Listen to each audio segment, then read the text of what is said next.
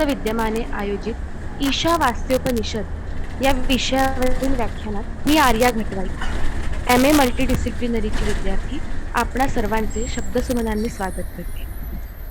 या व्याख्यानाकरिता उपस्थित आजचे प्रमुख वक्ते तथा अध्यक्ष प्रोफेसर मधुसूदन पेन्ना सर, माननीय कुलगुरू कविकुलगुरू कालिदास संस्कृत विश्वविद्यालय यांचे स्वागत श्री कृष्णकुमार पांडेय सर यांनी पुष्पगुच्छ देऊन करावे अशी मी त्यांना विनंती करते.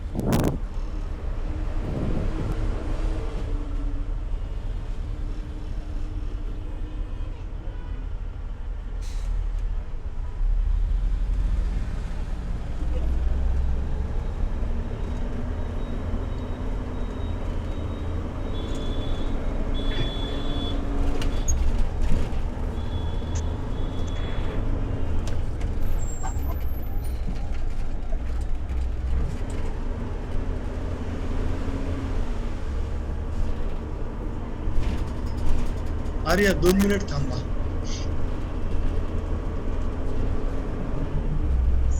सर प्रणाम सर. प्रणाम सर.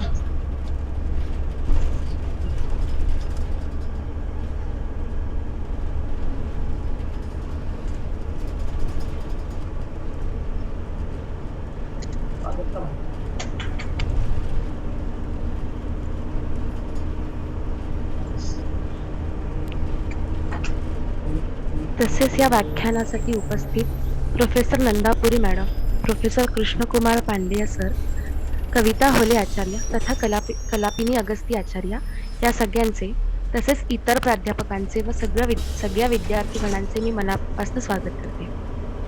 जे जगात नाही ते वेदात आहे असं म्हणतात. मंत्र ब्राह्मणयोर वेदानामधेय अशी वेदांची व्याख्या आपल्याला नक्कीच करता येईल. ऋग्वेद, यजुर्वेद, सामवेद व अथर्ववेद या वेदांच्या शेवटी येणाऱ्या उपविभागाला आपण उपनिषद असे म्हणतो. शुक्ल यजुर्वेदाच्या कण्व शाखेच्या संहितेचा 40वा अध्याय म्हणजेच ईशा वास्त्योपनिषद याबद्दलच जाणून घेण्यासाठी आज आपण सगळे इथे उपस्थित आहोत.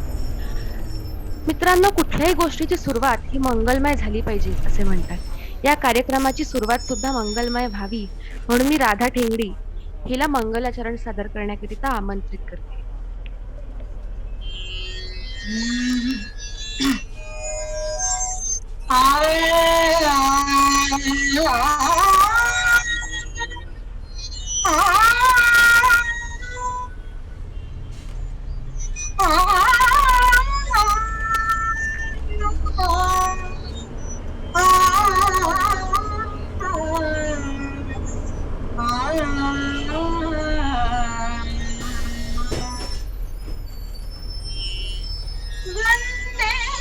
गणपति ईशं वन्दे गणपति ईशं वन्दे गणपति ईशं तुष्टिदं फलदं विपुलगणानुतं तुष्टिदं फलदं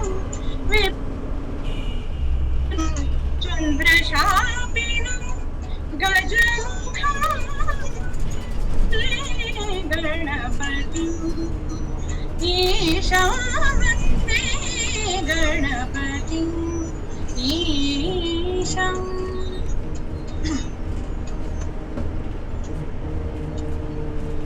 गौरी मानसमुददं गौरी मानसमुददं रक्तगन्ध परिपूजित देवं रक्तगन्ध परिपूजित देवं चिदात्मकं भवभयहारकं चिदात्मकं भवभयहारकं चिदात्मकं भवभयहारकं सुखदं वरदं शिवसुतं सुखदं वरदं शिवसुतं वन्दे गणपतिं ईशं वन्दे गणपतिं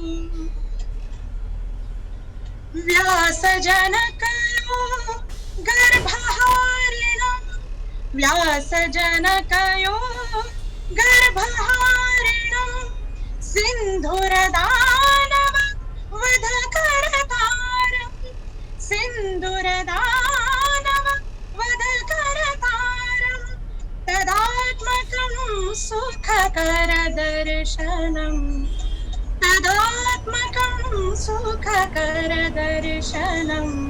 प्रणवं सगुणं निर्गुणं प्रणवं सगुणं निर्गुणं वन्दे गणपतिम् ईशं वन्दे गणपतिम् ईशं तुष्टिदं फलदं विपुलगणानुतं तुष्टिदं फलदं विपुलगणानुतं चन्द्रशापिनं गजमुखं वन्दे गणपतिम् ईशं वन्दे गणपतिम् गणपतिम्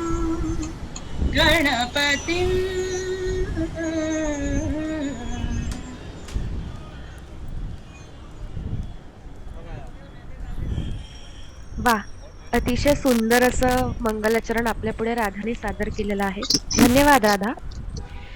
यापुढे कार्यक्रमाच्या प्रास्ताविकासाठी मी अभिनव भारती शैक्षणिक परिसराचे संचालक, वेदांग ज्योतिष विभागाचे प्रमुख तसेच faculty of ancient Indian sciences and ह्युमॅनिटीजचे डीन प्रोफेसर कृष्णकुमार पांडेय सरांना विनंती करते की त्यांनी थोडक्यात कार्यक्रमाचे प्रास्ताविक सादर करावे.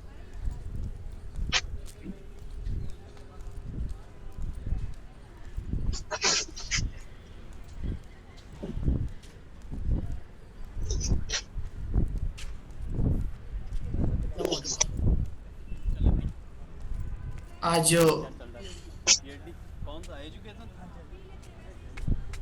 अभिनव भारती अंतर्राष्ट्रीय परिसर वारंगा कविकुलगुरु कालिदास संस्कृत विश्वविद्यालय द्वारा आयोजित इस ईशावास्योपनिषद विशेष व्याख्यान में हमारे अनुरोध को स्वीकार करते हुए आचार्य श्री मधुसूदन पेन्ना जी, जो हमारे विश्वविद्यालय के कुलगुरु हैं, मैं उनका सर्वप्रथम प्रणाम करके स्वागत करता हूं। यह वर्ष हमारे विश्वविद्यालय के लिए रजत महोत्सव वर्ष के रूप में मनाया जा रहा है। संपूर्ण भारतवर्ष आजादी के अमृत महोत्सव के कार्यक्रमों में अनेक विविध कार्यक्रमों से सुसज्जित हो रहा है और इन कार्यक्रमों में यदि वेद, ब्राह्मण, आरण्यक, उपनिषद इत्यादि की धाराओं का प्रवाह नहीं हो तो अधूरा लगता है, क्योंकि उपनिषद और यूं कहूं कि दर्शन का यह जो तत्वज्ञान का ग्रंथ है, जो वेदांग कहलाए, वेदांत के नाम से जाना जाता है। मेरा मानना है कि ऐसी तत्वज्ञान की धारा के बिना भारतवर्ष की वह आभा मंडल अधूरी रहेगी जिसको हम आयोजित करने जा रहे हैं। भारतीय दर्शन और योग विभाग के द्वारा हमारे इस अभिनव भारती परिसर में या अभिनव प्रयोग, जो दर्शन के रूप में एक प्रतिष्ठित, हम ये इस तरह से इसको कह सकते हैं कि भगवत गीता, श्रीमद् भगवत गीता, ब्रह्मसूत्र, उपनिषद इत्यादि जो प्रस्थान त्रयी है, जिसमें ब्रह्म, जीव और जगत, इन सबको जानने की एक सरल मार्ग, ज्ञान मार्ग उल्लिखित है। परंतु संसार में सब कुछ है, परंतु उसे उपदेशित करने वाले बहुत ही बिरले हैं, क्योंकि वो सब कुछ हम जानते हैं, हमारे अंदर आत्मा है, परब्रह्म परमेश्वर है, परंतु उन तक पहुंचे कैसे, इनके लक्षणों को जाने कैसे। और उन जानने में अल्पमति के हम बालक बड़ी कठिनाई का अनुभव करते हैं। तो हमारे जो आचार्य श्री आज उपलब्ध हैं, इनके जैसे मनीषी हमारी उंगलियों को पकड़ के उस मार्ग पर ले जाते हैं। तो आज के जितने जिज्ञासु विद्यार्थी हैं, प्राध्यापक हैं, विभाग प्रमुख हैं, क्योंकि आज हमारे संस्कृत साहित्य विभाग के अधिष्ठाता प्रोफेसर नंदापुरी मैडम, विभागाध्यक्ष प्रोफेसर कविता होले मैडम और दर्शन विभाग की विभागाध्यक्ष आचार्य कलापिनी अगस्ती, ये सभी, इन सभी का मैं इस प्रस्थानत्रयी के इस विशेष व्याख्यान में, ईशावास्योपनिषद के इस विशेष व्याख्यान के कार्यक्रम में मैं हार्दिक स्वागत करता हूं और उम्मीद करता हूं आज के इस विचार मंथन से, आज के इस, मैं इसको हमेशा प्रवचन कहता हूं, इस कथा और प्रवचन से जो अमृतमय कण हमारे बुद्धि में गम्य होगा, जिसका आनंद हम सभी लेंगे। मेरा मानना है श्रद्धावान लभते ज्ञानम। तो आप समझिए कि आचार्य मधुसूदन पेन्ना ने साक्षात तो इस वेदांत की मूर्ति के रूप में उपदेशित कर रहे हैं। तो हम सभी को उस ज्ञान रस की पिपासा के लिए एकदम सन्नद्ध हो करके, एकनिष्ठ हो करके इस वार्ता को सुनना है। संभव होगा तो आपकी जिज्ञासा में अगर समय ने साथ दिया तो हम उस जिज्ञासा के प्रश्नों का प्रश्नोत्तर भी करेंगे और आजादी के इस अमृत महोत्सव और रजत महोत्सव के कार्यक्रम में एक उत्कृष्ट व्याख्यान के रूप में, उत्कृष्ट शैक्षिक कार्यक्रम के रूप में, जो भारतवर्ष के एक हम कह सकते हैं जो आत्मा है, ऐसे दर्शन को हम समझेंगे जो करोड़ों वर्षों की परंपरा का एक कोश है। उसके कुछ बिंदुओं का आज हम चमत्कृत स्वरूप देखेंगे और जिन लोगों ने कभी उपनिषद को सुना नहीं, उनको आज पता चलेगा कि दारा सिकोह ने उपनिषद पढ़ने के बाद कहा, जो जीवन के मदिरा पान में भी जो आनंद नहीं है या जीवन में किसी कार्य में आनंद नहीं है, वो उपनिषद को पढ़ने के बाद आनंद आया। तो अब आप समझिए, उस आनंद को लेने के लिए आप सभी बहुत भाग्यशाली हैं कि आज इस समारोह में आप जुड़े हैं, क्योंकि हमारे वैदिक वांग्मय का सबसे महत्वपूर्ण अंग है उपनिषद और हमारी श्रुति स्मृति परंपराओं का यह द्योतक है। हमारी आचार्य परंपराओं में यह बहुत प्रखरता से प्रवाहित होती है और यही मूल ज्ञान है और इसी के लिए हम जीवन भर तपस्या करते रहते हैं। कौन सा क्षण वो आएगा जब हमें उस दर्शन का रहस्य हमारे मन मस्तिष्क हृदय को स्पर्श कर जाएगा, शायद आज किसी किसी का वो क्षण होगा। आप सभी समझिए कि आप उस क्षण के गवाह बने, इसी की कामना करता हूं और भगवान वेद, भगवान आप सभी को उस आशीर्वचन से अभिषिंचित करे जिससे आपको वेदांत का रसपान करने का सामर्थ्य प्राप्त हो। क्योंकि सकल पदार्थ एहि जग माही, कर्महीन नर पावत नाही। तो वेदांत भी है, उपदेशक भी है, समय भी है, परंतु जब हमारे भाग्य में लिखा होगा हम उस रस का आनंद ले सकेंगे। तो आज इस आनंद की अनुभूति आपको हो, मैं इसके लिए आज के आचार्य को और श्रोता दोनों वर्गों का एक बार पुनः अभिनंदन करते हैं और मैं उम्मीद करता हूं कि यह एक हमारे जीवन के लिए, हमारे इस परिसर के लिए और हमारे इस छात्र बंधुओं के लिए उत्कृष्ट व्याख्यान अविस्मरणीय होगा। इसी कामना के साथ उस परब्रह्म परमेश्वर को प्रणाम करते हुए, नमन करते हुए अपनी वाणी को विराम देता हूँ। अचिंत्या व्यक्त रूपाय निर्गुणाय गुणात्मने समस्त जगदाधारा मूर्तये ब्रह्मणे नमः। धन्यवाद।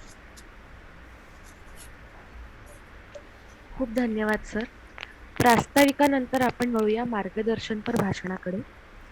संस्कृत तथा संस्कृतेतर भाषा संकाय याच्या अधिष्ठिता प्रोफेसर नंदापुरी मॅडम यांना मी विनंती करते की त्यांनी थोडक्यात विद्यार्थ्यांना मार्गदर्शन करावे.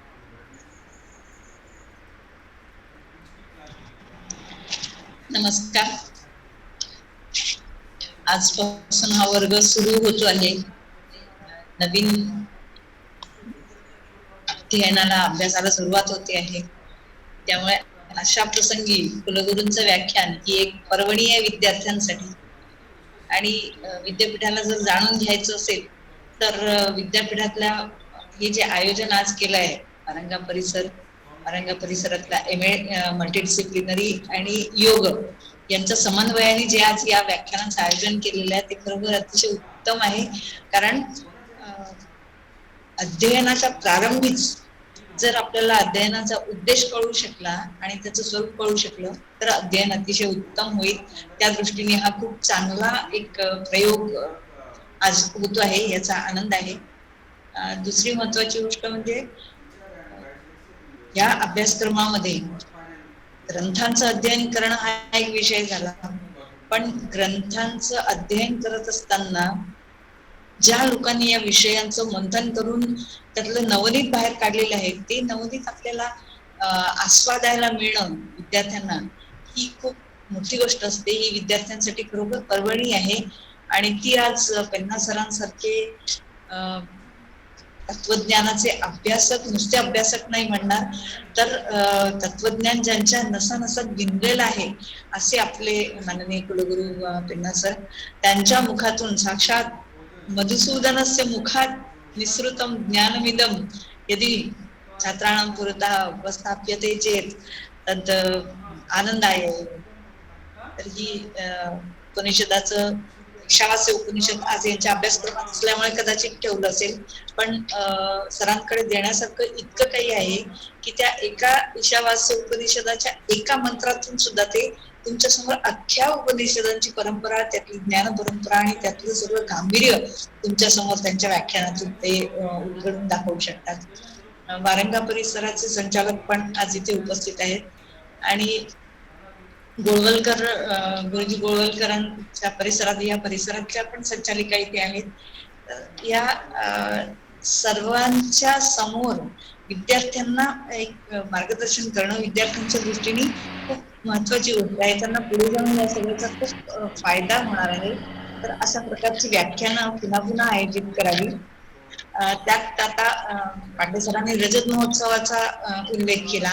तर रजत महोत्सवाच्या अंतर्गत जर आज या व्याख्यानाने सुरुवात होत असेल तर विद्यार्थ्यांच्या अभ्यासक्रमातले असे विषय घेऊन अशा दिग्गजांची व्याख्यानं पुन्हा पुन्हा आयोजित करावी, हा एक भाग. आणि दुसरा, पांडे सरांनी अमृत महोत्सवाचा उल्लेख केला.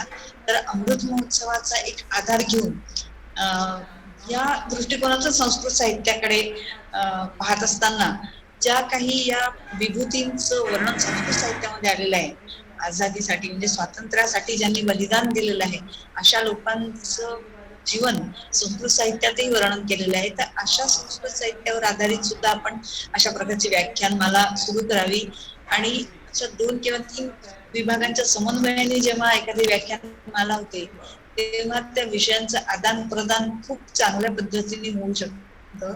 संस्कृत साहित्य म्हटल्यानंतर आपण त्या साहित्याचे 2 भाग, वैदिक साहित्य आणि लौकिक साहित्य असे करतो. तर वैदिक साहित्याचा परिचय आज आपल्याला सरांच्या व्याख्यानातून निश्चितच होईल. तर अशा प्रकारच्या व्याख्यानांचं आयोजन पुन्हा पुन्हा करावं अशी मला विभागाला एक सूचना करावीशी वाटते.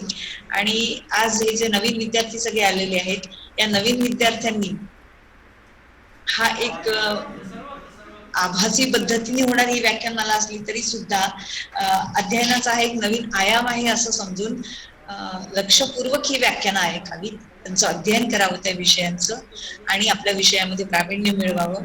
या नूतनागत विद्यार्थ्यांना शुभेच्छा सगळ्यांना आणि आयोजनकर्त्यांचं अभिनंदन करून मी माझे 2 शब्द. धन्यवाद.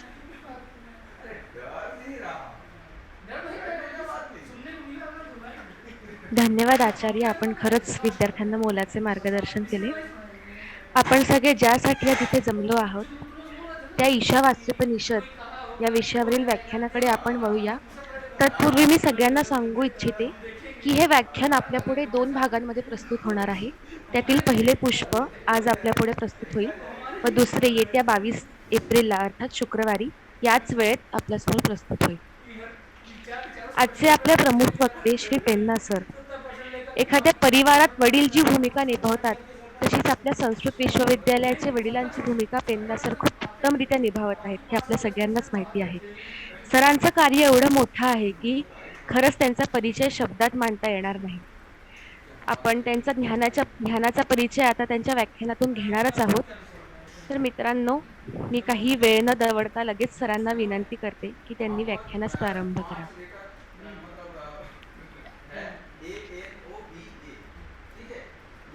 श्रुतिस्मृतिपुराणानाम् आलयं करुणालयं नमामि भगवत्पादशङ्करं लोकशङ्करम् अस्मद्गुरुभ्यो नमः. हरिः ओम. आदरणीय पुरी मैडम, आदरणीय पांडे सर, आदरणीय Hole madam, professor Kalapini Agasti madam, professor Hare Krishna Agasti sir और बाकी सभी यहाँ हमारे प्राध्यापक और आदरणीय श्रोतृगण, सबको सादर नमन. अभी भारतीय दर्शन और संस्कृत साहित्य विभाग इनके द्वारा रजतोत्सव के उपलक्ष्य में एक विशेष कार्यक्रम का आयोजन हो रहा है.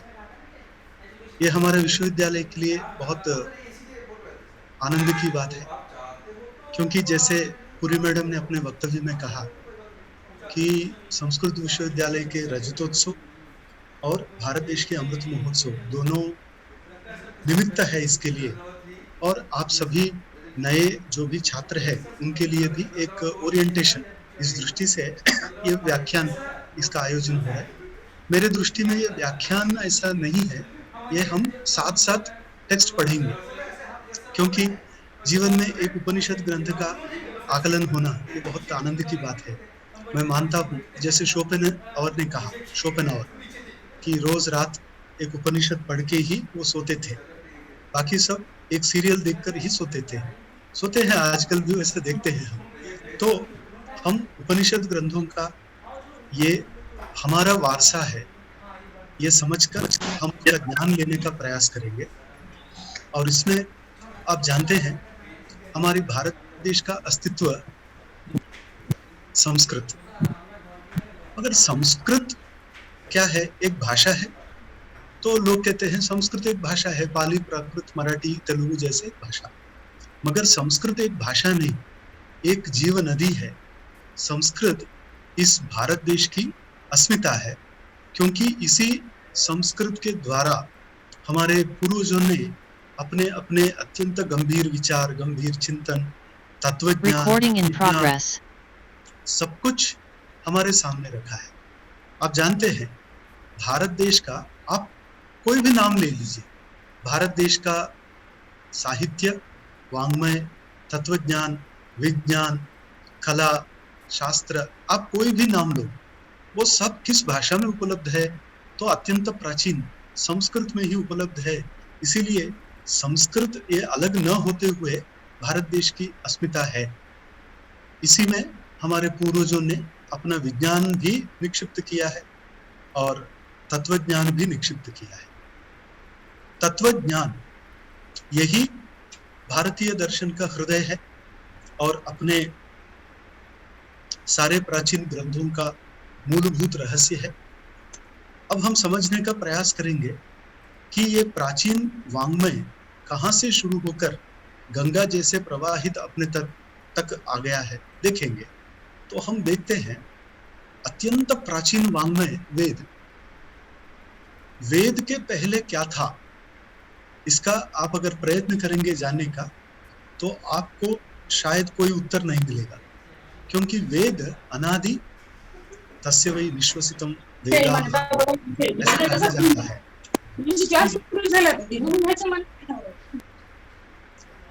तस्य निश्वसितम वेदाः.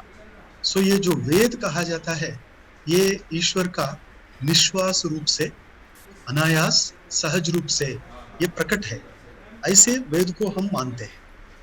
और वेद जैसे सायणाचार्य बताते हैं कृष्ण यजुर्वेद के भाष्य में, वेदो नाम महान शब्द राशि ही। ये तो केवल शब्द राशि है, मगर शब्द राशि कहने से नहीं चलता है। ये शब्द राशि में एक विशिष्टता है। ये हमारे लौकिक शब्द राशि जैसे नहीं है। ये वैदिक शब्द राशि में क्या विशिष्टता है, तब देखा तो मनुष्यों को इष्ट प्राप्ति और अनिष्ट परिहार, इन दोनों के लिए लौकिक प्रयोजन निष्फल होने पर एक अलौकिक उपाय, यही वैदिक विधान है। सो वेद क्या बताता है, तो एक अलौकिक उपाय बताता है। किसके लिए? इष्ट प्राप्ति के लिए, अनिष्ट परिहार के लिए। ये भी हम प्राचीन भाष्य ग्रंथों में पढ़ते हैं कि इष्ट की प्राप्ति और अनिष्ट का परिहार, यही मनुष्य जीवन का एक काम्य है। तो हर कोई चाहता है मैं जो चाहता हूँ वो मुझे मिले, और मैं जिसका द्वेष करता हूँ वो मुझे न मिले। बस ये दोनों के लिए ही ईप्सा जिहासा प्रयुक्तस्य चेष्टा भवति। ईप्सा और जिहासा, प्राप्ति करने की इच्छा, त्याग करने की इच्छा, इन्हीं से मनुष्य जीवन का निर्वहन होता है। तो ये दोनों जब चलते हैं, तब लौकिक उपाय से जब इष्ट प्राप्ति अनिष्ट परिहार नहीं होते हैं, तब वैदिक उपाय एक शरण है। वो वैदिक उपाय है अपना वेद जो बताता है वही। वेद क्या बताता है, इसमें मतभेद है। कोई कहता है कर्म बताता है, कोई कहता है भक्ति, कोई ज्ञान, कोई ध्यान। तो देखने की दृष्टि अलग अलग होने से वेदों में ये सारे अलग अलग ऐसे लगता है, मगर ये सारे अलग अलग न होते हुए ये सब एक दूसरे के पूरक है, ऐसा भाष्यकारों ने भी अपने अपने ग्रंथों में बताया है। अब वेद ये क्या है, पता चला कि मनुष्य को अपने जो भी इष्ट है उसे प्राप्त करने के लिए, अनिष्ट को दूर करने के लिए अलौकिक उपाय बताने वाला शब्द राशि। तो इनके द्वारा हमें क्या पाना है, क्या खोना है, ये समझ में आता है। उसके लिए उपाय भी उसमें बताया गया है। ये वेद एक ही शब्द राशि के रूप में था, मगर आगे जाकर व्यास महर्षि ने इनके लक्षणों को पहचान कर इनको अलग अलग स्वरूप दिया। ऋग्वेद, यजुर्वेद, सामवेद, अथर्ववेद। जबकि त्रयी इस रूप से 3 वेदों का ही उल्लेख मिलता है, मगर अथर्ववेद को क्यों लेना चाहिए, ये सायणाचार्य ने बहुत विस्तृत रूप से भाष्य में लिखा। अथर्ववेद को भी वेद ही कैटेगरी में रखना चाहिए, इसे भी बताया है। अब ये 3 किस आधार पर वेद बने हैं, ऋग्वेद, यजुर्वेद, सामवेद? तो जैसे रुक, ये शब्द से ही पता चलता है कि जो छंदोबद्ध है वो रुक है, रुचा।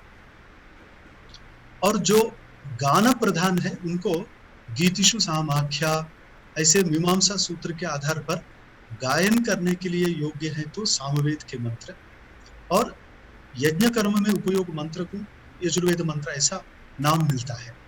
तो ऐसे 3 ऋग्वेद, यजुर्वेद, सामवेद। अब अपने जीवन में 10,552 तक मंत्र जिसमें है, ऐसे ऋग्वेद को पढ़कर समझना ही कठिन है। उस ऋग्वेद के मंत्रों को अपने जीवन के लिए उपयोगी कैसे है जानना मुश्किल है, मगर उतने ही मंत्रों में से कुछ खास मंत्रों को लेकर जब सामवेद बना है, लगभग 6-7 हजार मंत्र सामवेद जो ऋग्वेद के हैं, नसेल तर मला सांग, मी इथं पाहते, ऐका। सो ये करते क्या है, ये ऋग्वेद हो, सामवेद हो, यजुर्वेद हो, ये अपने लिए क्या बताते हैं, ये हर एक को जिज्ञासा होनी चाहिए। नहीं तो हम भारतीय ही नहीं है कि हमारे घर में वेद मंत्र है, हमारे आजू बाजू में वेद मंत्र है, हमारे शादी से लेकर सबके इसमें वेद मंत्र बोले जाते हैं, मगर हम कभी प्रयत्न नहीं करते हैं कि मंत्रों के द्वारा हमें क्या बताने का प्रयास किया जा रहा है। तो ऐसे स्थिति में हमको मंत्रों का विनियोग, मंत्रों का स्वरूप, मंत्रों का तात्पर्य, मंत्रों का रहस्य, ये समझने का स्वयं शक्ति नहीं होने से प्राचीन ऋषि मुनि ने प्रयास करके, तपस्या करके कुछ सिस्टम बनाए हैं, इस प्रकार से आप वेदों का तात्पर्य समझ सकते हो। ऐसा ऋग्वेद, यजुर्वेद, सामवेद पर प्राचीन भाष्य भी आए हैं। मगर जब कुछ यथात्मा अर्थात अपने आप को निग्रह में रखते हैं और अत्यंत बड़े तपस्वी, उन्होंने अपने जीवन में शास्त्र ग्रंथ वगैरह अध्ययन न करते हुए साक्षात तत्वज्ञान के लिए प्रयास किया, साक्षात्कार किया, तो वो शास्त्र वगैरह ग्रंथ वगैरह नहीं जानते तो भी साक्षात तत्व के साथ संबंध रखने वाले, उनके अपने अपने अनुभव बने हैं। उन अनुभवों का सार क्या है? आप अगर पढ़े हो तो भगवत गीता के दूसरे अध्याय में 56 to 73 श्लोकों के विषय में देखो कि स्थित प्रज्ञ की लक्षण बताएगा। तो वो स्थित प्रज्ञ होता कैसा, वो क्या करता है, कैसे रहता है, ये भी जिज्ञासा रहती है। वैसे ही हमारे जीवन में हमें किसके लिए प्रयत्न करना चाहिए, क्यों प्रयत्न करना चाहिए, और एक साधक का जीवन विधान कैसा रहता है, ये सारे विषयों को लेकर और विचार जब बना तो अलग अलग संतों ने अपने अनुभव से कुछ उत्तर दिए, कुछ चर्चा हुई, कुछ संगोष्ठी हुई। यही बाद में के समय में उपनिषद के रूप में अलग हो गए। सो वेदों में देव देवताओं की स्तुति है। हम कहते हैं वरुण देवता, इंद्र देवता, अग्नि देवता, प्रजापति देवता, उषा देवता, सूर्य देवता, ये सब देवता है और इनमें हम भी है और हमारा जीवन उनके अधीनस्थ है। तो इन तत्वों को समझाने के लिए वेद में उनका रहस्य बताने वाले सूक्त है। अब इनमें हम रहते समय अपना जीवन कैसे चलाना है, इसके लिए कुछ भाग अलग उसमें है वेदों में ही। उनको वेद अंत कहा, वेदांत। मगर अंत का अर्थ वेदों के अंतिम भाग ऐसा नहीं है। वेदांत का अर्थ अंत शब्द का निश्चय, ऐसा भी अर्थ लिया जाता है। जैसे सिद्धांत, राद्धांत, इसमें अंतस्तु निर्णयार्थकः। सो निर्णय, निश्चित, हम कहते हैं तात्पर्य, अंत, बस। तो वेद का अंत अर्थात वेदों का अगर आपने सार निचोड़ कर एक जगह में रखा तो वो क्या होगा, तो वेदांत होगा। अब वेदांत का दूसरा नाम है उपनिषद। वेदांतो नाम उपनिषद प्रमाणम, ऐसा भी पढ़ते हैं हम। वेदांत उपनिषद प्रमाण है। अब वेद पहले एक शब्द राशि, बाद में भाग किए गए हैं, ऋग्वेद, यजुर्वेद, सामवेद, अथर्ववेद। हर एक वेद का भी संहिता भाग, ब्राह्मण भाग, आरण्यक भाग, उपनिषद भाग, ऐसा अपने अपने अध्ययन के लिए, अपने अपने पुरुषार्थ के लिए अलग पहचान बनाई गई है। ये एक एक वेद के किसी भाग की पहचान कि उस पर्पस के लिए, उस पुरुषार्थ के लिए वो भाग। जैसे संहिता भाग, ब्राह्मण अर्थात यज्ञ के भाग जो है वो ब्राह्मण भाग। आरण्यक अर्थात अरण्ये पठन योग्यत्वात् आरण्यकम इतीर्यते, अरण्य में पढ़ना चाहिए ऐसा कहते हैं। फिर उपनिषद, उसको वेदांत कहते हैं। तो अब बात आती है कि वेदांत ये समझ में आता है कि वेदों का निश्चित अर्थ। फिर इसको उपनिषद ऐसा कब से नाम पड़ा है, कैसे पड़ा है, तो अत्यंत प्राचीन काल से वेदांत को उपनिषद कहते हैं, इसीलिए कि उसमें उपनिषद है। उप संस्कृत में जब भी आता है उसका अर्थ है नजदीक से, पास में। नी पूर्णतः, शद बैठना, सिट जैसा कहते हैं उसका। तो उपनिषद ऐसे तीनों को जोड़कर गुरु जी के पास बैठकर पूर्ण रूप से जिस विद्या का ग्रहण किया जाता है उस विद्या को उपनिषद कहते हैं। इसीलिए शंकराचार्य अपने भाष्य में कहते हैं उपनिषद नाम ब्रह्म विद्या। ऐसा ये जो शद धातु है उसके अनेक अर्थ है। जैसे विशरण, अवसादन, शिथिलीकरण, नाश ऐसे अर्थ है। तो उनमें उपनिषद शब्द में जो शब्द आया है वो अर्थों में लेकर जो अज्ञान का नाश करता है, क्लेशों को दूर करता है या क्लेशों को शिथिल करता है, अपने संसार को समाप्त करता है, मोक्ष देता है, उस विद्या को उपनिषद नाम दिया गया है। अब ऐसे वेदों के कुछ भागों को उपनिषद ऐसा प्राचीन काल से नाम पड़ा है। अब आप जब देखेंगे कि कभी कभी ये उपनिषद भाग जो है वो किसी ब्राह्मण ग्रंथ के अंदर भी आ सकता है, किसी आरण्यक ग्रंथ के अंदर आ सकता है। जैसे तैत्तिरीय उपनिषद है, वो तैत्तिरीय आरण्यक के 3 अध्याय 7, 9, 10 7, 9, 8 7, 8, 9 ऐसे जितने भी अध्याय है उनको तैत्तिरीय उपनिषद नाम दिया गया है। वैसा शुक्ल यजुर्वेद का जो ब्राह्मण भाग है उसका 40वां अध्याय जो काण्व संहिता का, उतना अध्याय ईशावास्य उपनिषद ऐसा नाम दिया। सो ये कभी ब्राह्मण ग्रंथों के भाग रह सकते हैं, कभी आरण्यक का भाग भी रह सकते हैं। ऐसे उपनिषद अलग अलग रूप से हमारे भारतीय संप्रदाय का हिस्सा ऐसे बन गए हैं। उसमें ब्राह्मण, आरण्यक, उपनिषद ये तीनों के बारे में ज्यादा विचार करना चाहिए। मंत्र ब्राह्मणयोर नाम वेदः। देखिए वेद ये शब्द प्राचीन काल में मंत्र और ब्राह्मण के लिए ही उपयुक्त होता था। उपनिषदों को वेद अंत कहते थे। सो वेद केवल मंत्र ब्राह्मणयोर वेद नामधेयम ऐसा सायणाचार्य ने भी कहा है, निरुक्त में भी आता है, मंत्र ब्राह्मणयोर वेद नामधेयम। मंत्र और ब्राह्मण अर्थात संहिता और ब्राह्मण भाग 2 टेक्स्ट्स, उनको वेद कहना चाहिए। क्यों? मंत्र ही स्मारकाः तत्तद अर्थबोधकाः ऐसा मीमांसा शास्त्र कहता है। मंत्र किसे कहना?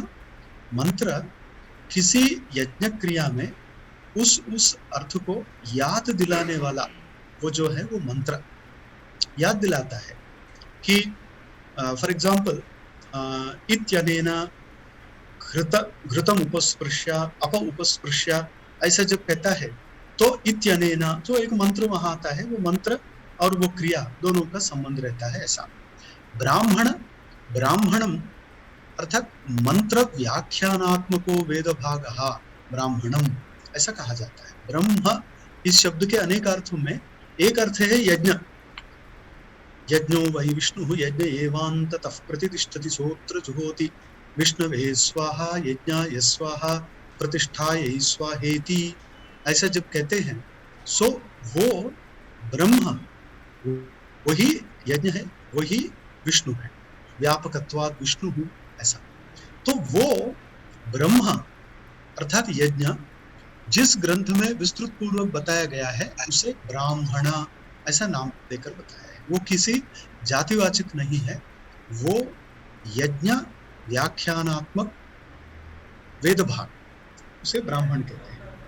आरण्य का मैंने बताया, अरण्य ईरितत्वात् आरण्यक वितीच्यते ऐसा आरण्यक। अब हम अभी पढ़ेंगे उपनिषद। मैंने बताया वो ब्रह्म विद्या है, पढ़ने वालों का, समझने वालों का अज्ञान दूर करने वाला है। केवल पढ़ने वालों का नहीं है, पढ़कर समझना चाहिए, अपने अंदर जाना चाहिए, उस प्रकार से जीवन बिताना चाहिए, ऐसे अपेक्षा है। सो वो ब्रह्म विद्या। अभी आप कह सकते हैं कि ब्रह्म शब्द का इससे पहले अर्थ बताया यज्ञ, अभी ब्रह्म शब्द का क्या अर्थ लेना चाहिए? तो उपनिषदों में, वेदांत में ब्रह्म शब्द का अर्थ यज्ञ नहीं है। ब्रह्म शब्द का अर्थ सर्वव्यापी नित्य तत्व। सो जो नित्य है उस तत्व को ब्रह्म कहते हैं और उसका विद्या, विद्या का अर्थ ज्ञान, ज्ञान साधन, उसे विद्या कहते हैं। विद धातु से क्या प्रत्यय से आता है विद्या, तो उसका अर्थ होता है ज्ञान, ज्ञान साधन। सो ब्रह्म विद्या अर्थात ब्रह्म ज्ञान या ब्रह्म ज्ञान का साधन, इस प्रकार से उपनिषद को समझना चाहिए। और ये उपनिषद प्राचीन काल से अनेक उपनिषद आने पर भी शंकराचार्य ने कुछ 11 उपनिषदों पर भाष्य लिखा है। और सब लोग जानते हैं दशोपनिषद, दशोपनिषद, तो 10 उपनिषद प्रसिद्ध है और 11 उपनिषद भाष्य सहित प्रसिद्ध है। इसके अलावा लगभग 232 उपनिषद ग्रंथ है। कुछ अत्यंत प्राचीन है, कुछ मध्यकालीन है, कुछ अर्वाचीन है, जो जहांगीर अर्थात अपने शाहजहां जहांगीर उस काल में कुछ लिखे गए हैं। पंडित राज जगन्नाथ पंडित राय जो साहित्य के महान, उन्होंने भी एक उपनिषद लिखी है। राधोपनिषद, कृष्णोपनिषद, मुक्तिकोपनिषद, रामोपनिषद, सीतोपनिषद, आपका उपनिषद, मेरा उपनिषद, सभी उपनिषद आए हैं। अभी बचा है तो आप लिख सकते हैं, अब उसका नाम दे सकते हैं कि उपनिषद। सो अल्लोपनिषद भी आया है 17वें शतक में। अल्लोपनिषद अर्थात अल्लाह के नाम से एक उपनिषद, ऐसा ख्रिस्त उपनिषद की आया है। ये आधुनिक है, मगर प्राचीन में परंपरा से हम जानते हैं ईशा पहला उपनिषद अर्थात उपनिषद ग्रंथ ईशावास्य उपनिषद या ईशोपनिषद। केन, कठ, प्रश्न, मुंडक, मांडूक्य, तित्तिरी, ऐतरेय, बृहदारण्यक, छांदोग्य, अगर आप जोड़ेंगे श्वेताश्वतर, ये है 11 उपनिषद। उसमें अत्यंत रम्य, गंभीर, विचारात्मक, प्राचीन ईशावास्य उपनिषद है। जबकि ईशावास्य उपनिषद के ज्यादा मंत्रों का विवेचन ब्रह्मसूत्र में नहीं हुआ। ब्रह्मसूत्र में ज्यादा तक कठोपनिषद, मुंडकोपनिषद, छांदोग्य उपनिषद का विचार है, मगर ईशावास्य उपनिषद का महत्व कम नहीं है। इसीलिए ये उपनिषद को आचार्य, अलग अलग आचार्य, शंकराचार्य, रामानुजाचार्य, मध्वाचार्य, वल्लभाचार्य अपने अपने ग्रंथों में अलग अलग जगह में लेते हैं।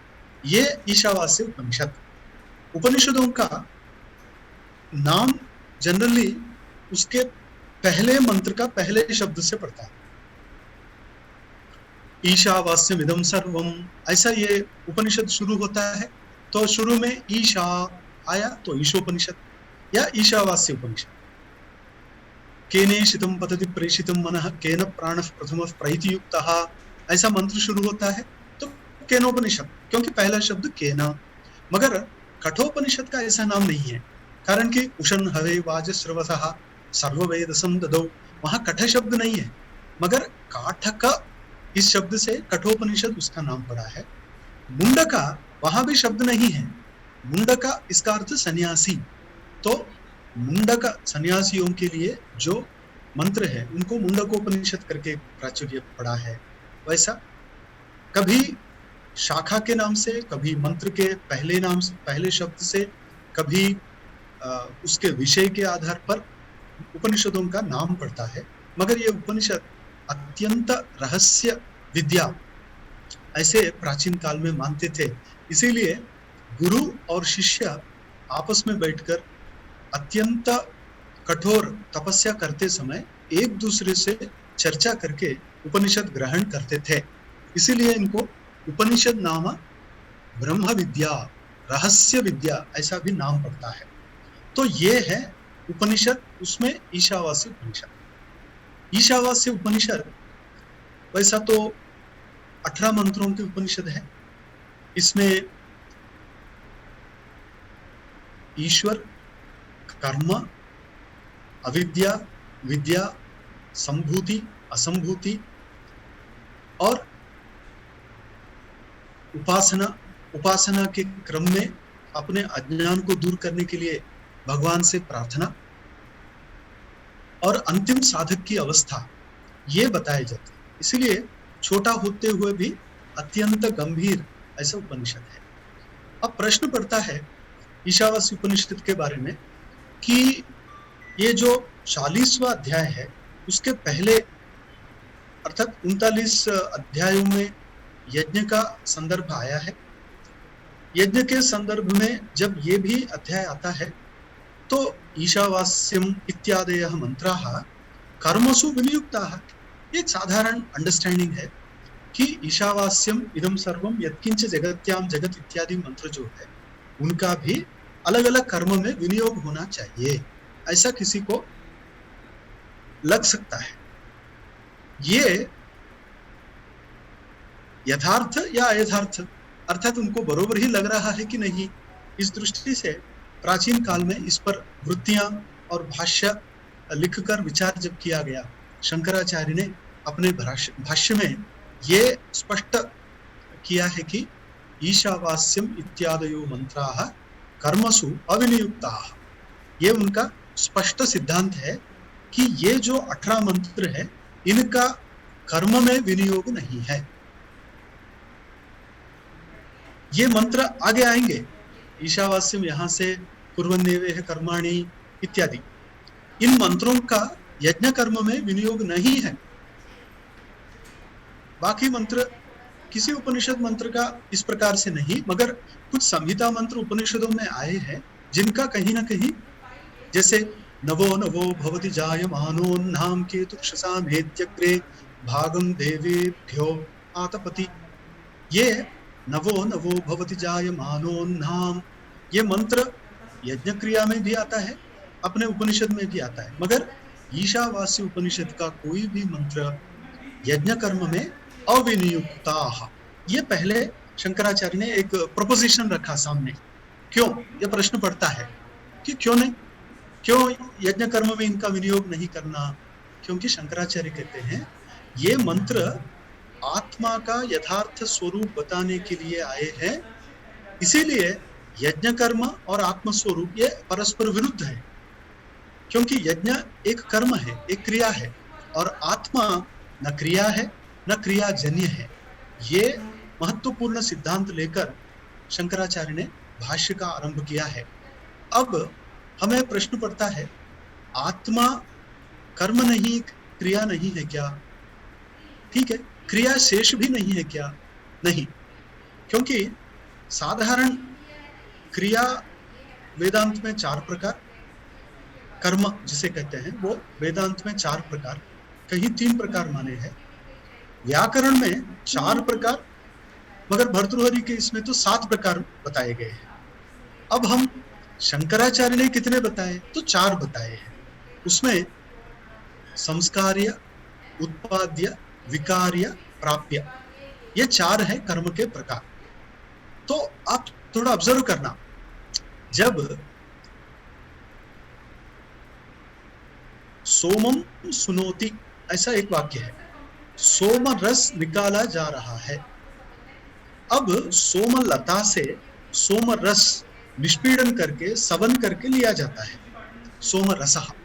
वो सोमम सुनोति जब कहा तो सोम शब्द द्वितीया में है, कर्मणि द्वितीया, तो वहां कर्मत्व आ गया। तो ये कौन सा कर्म? तो हम जनरली निष्पाद्य हम कहेंगे। अब कोई कहता है विकार्य कर्म। घटम करोति में कौन सा कर्म है? घट मृतिका, उसी का एक स्वरूप है, वो नाम रूप एक घट है, ऐसा दिया, मृतिका का ही विकार है, तो उसे उत्पाद्य कर्म को। सो उत्पाद्य कर्म, विकार्य कर्म और कुछ संस्कार्य कर्म रहते हैं। जैसे अपने व्याकरण में पढ़ा एधोदकस्य उपस्कृते, ऐसा एक उदाहरण दिया जाता है कौमुदी में, एधः उदकस्य उपस्कृते। कैसे? तो प्राचीन काल में पानी बहुत गर्म करते उबालते उसमें कुछ आयुर्वेद की जड़ी बूटी डाले तो पानी में उसके गुण आते हैं। आजकल हम चाय करके वही पीते हैं, वो चाय पत्ता डालते हैं तो उबल के उसमें होता है वो रस, सोमरस जैसे समझ के लोग पीते रहते हैं। तो वो है एक एधोदकस्य उपस्कृते, अर्थात उसमें अपने गुण देकर उसका उपकार करता है, ये भी एक है। सो उत्पाद्य, विकार्य, संस्कार्य, सो संस्कार्य कर्म भी रहता है। मैं घटम पश्यति, घटम जानाति, ऐसे उदाहरणों में जानाति पश्यति में कौन सा कर्म है? तो प्राप्य कर्म।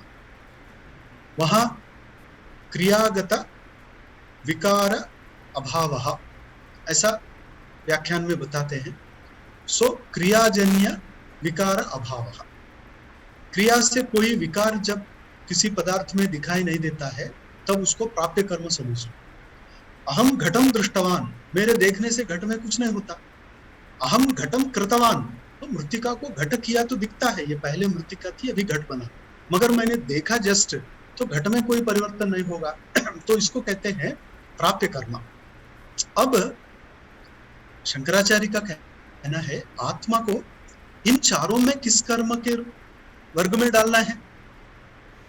आत्मा नित्य है, इसीलिए इस पर संस्कार शक्य नहीं है, उत्पत्ति शक्य नहीं है, इसमें विकार शक्य नहीं है, क्योंकि अविकारी व अरे अयम आत्मा अनुच्छित धर्म, उपनिषद बताती है कि आत्मा में तो नाश नहीं है, विकार नहीं होता है।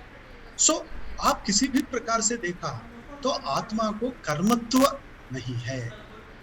ये शंकराचार्य का बहुत महत्वपूर्ण सिद्धांत है। तो कोई कहेगा कि आत्मानम आत्मना विन्द्यात, इस वाक्य में आत्मा को आत्मा से जानता है तो कर्मत्व आ गया ना।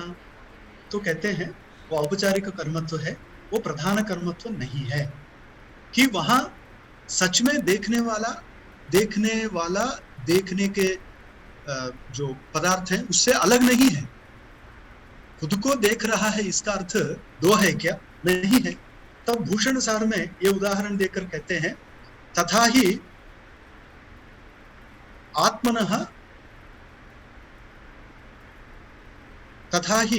आत्मा द्विविधः शारीरात्मा विज्ञानात्मा चेति, ऐसे एक भाष्य का वाक्य देते हैं। आत्मा को अपने व्यवहार की दृष्टि से दो, शरीरात्मा और विज्ञानात्मा कहते हैं, मगर आत्मा एक है ऐसा शंकराचार्य मानते हुए कहते हैं आत्मा में कोई विकार नहीं होगा। विकार का अर्थ होता है बदलना, बदलता नहीं ना। संस्कार होगा क्या कि दूसरा जो ले सकता है उसमें संस्कार, आत्मा तो कुछ लेता नहीं तो संस्कार भी नहीं है। उत्पत्ति, जिसकी उत्पत्ति है उसका नाश होगा। अगर आत्मा की उत्पत्ति माने तो आत्मा का नाश मानना पड़ेगा, मगर न जायते म्रियते वा कदाचित, उपनिषद ने बताया कि ये जन्म नहीं है तो उत्पत्ति नहीं तो नाश भी नहीं है, नाश नहीं है तो उत्पत्ति नहीं है। इस प्रकार से आत्मा नित्य पदार्थ होने से उसमें किसी प्रकार का कर्मत्व नहीं आता है। फिर ये मंत्र आए क्यों, ये वेद में आए क्यों, ऐसा प्रश्न आने पर शंकराचार्य अपने भाष्य में बताते हैं आत्मा याथात्म्य अवगमाय, आत्मा यथार्थ रूप से क्या है ये बताने के लिए ये मंत्र Recording stopped. ऐसा। तो अब Recording in progress. एक आत्म तत्व बताना इस उपनिषद का लक्ष्य है। आत्म तत्व जानने से क्या मिलता है, उपनिषद बताने के बाद हम जानेंगे, ठीक है, बहुत प्रयास करके, एक 10 मार्क के लिए, मगर इसका प्रयोजन क्या है?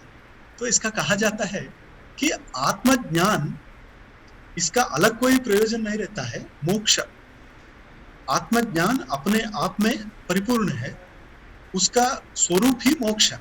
इसीलिए कोई अलग अलग नहीं है कि पहले मैं जानूंगा बाद में मुझे मोक्ष मिलेगा, कि सूर्योदय होता है अंधकार नष्ट होता है, इन दोनों में पहला कौन बाद में कौन ऐसा नहीं रहता है, साथ साथ रहता है। इसलिए माउली 18वें अध्याय में बताते हैं ज्ञानेश्वरी में कि सूरज कितने भी अंदर जाकर गुफा में अंधकार को देखने का प्रयास करें तो भी अंधकार उन्हें मिलेगा नहीं है।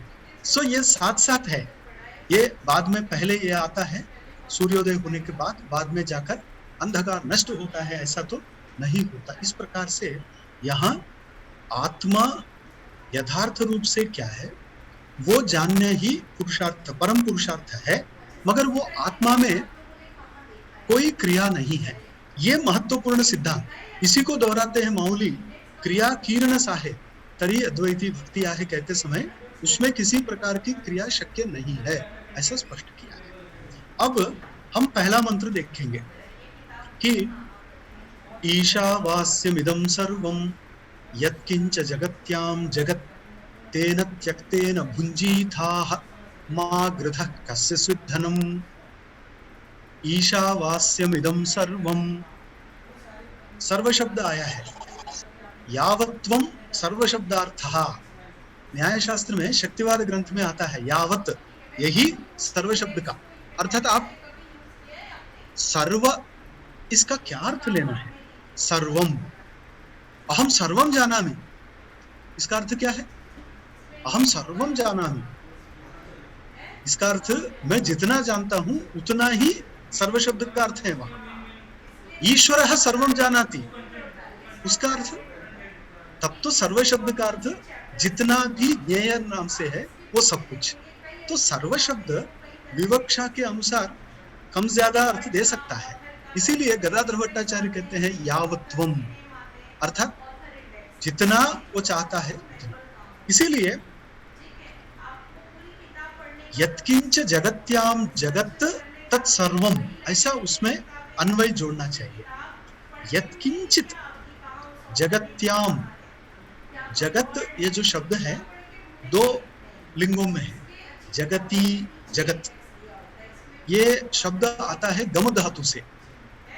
गम धातु से जगत बनता है, वह तब तो माया है, सब कुछ शब्द में भी माया है। ये जगत शब्द गम धातु से आता है। गम इसका अर्थ जाना, मगर गम धातु का दूसरा अर्थ गम नहीं है, क्योंकि हमारे वेदांत में बेगम है। सो ये गम कौन है? गम, गमलु, ये जो धातु है इसका अर्थ विकार। सो जंगम्यते इति जगत, जो बार बार परिवर्तन लेता है उसे जगत कहते हैं। संस्कृत भाषा में उसका स्त्रीलिंग में भी प्रयोग है जगती। तो इस मंत्र में जगत्याम अर्थात इस परिवर्तमान जगत में यत्किंच, आप लिस्ट नहीं लेना, अभी जो भी है जगत अर्थात परिणाममानम, तो इस दुनिया में जो कुछ भी परिणामशील है उसे क्या करना? ईशावास्यम इदम लेना। अब इस विषय पर बहुत बड़ा भाष्य शंकराचार्य ने किया है, मध्वाचार्य ने भी किया है। अब इसे थोड़ा तोड़ेंगे हम। ईशा, अगर इसको अलग किया तो ये तृतीया विभक्ति एकवचन होगा। ईशा आवास्यम, दो शब्द अलग है, यहाँ कोई संधि, यहाँ कोई समास नहीं है। तब ईशा आवास्यम, पहले ये अर्थ समझ लो। ईशा, ये तृतीय एकवचन ईट, इस शब्द का संस्कृत में ईश धातु है जिसका अर्थ प्रभुत्व, उसका क्विबंत रूप करके ईट ऐसा बनता है। ईट, ईट, ईशो, ईशा, ईशम, ईशो, ईशा, ईशा, ईडभ्याम, ईडभिः, ऐसा रूप चलता है। तो तृतीय एकवचन में ईशा, इसका अर्थ ईश्वरेण। वो मंत्र के लिए उन्होंने वो शब्द प्रयोग किया, हमें समझना है किस अर्थ में। सो एक है ईशा, तृतीय विभक्ति एकवचन लिया तो ईश्वरेण ऐसा अर्थ है। और अगर समास लिया ईश आवास्यम समास, तभी ईश्वर का वासस्थान ऐसा भी एक आता है। आवास्यम ये जो शब्द है इसे बरोबर समझना।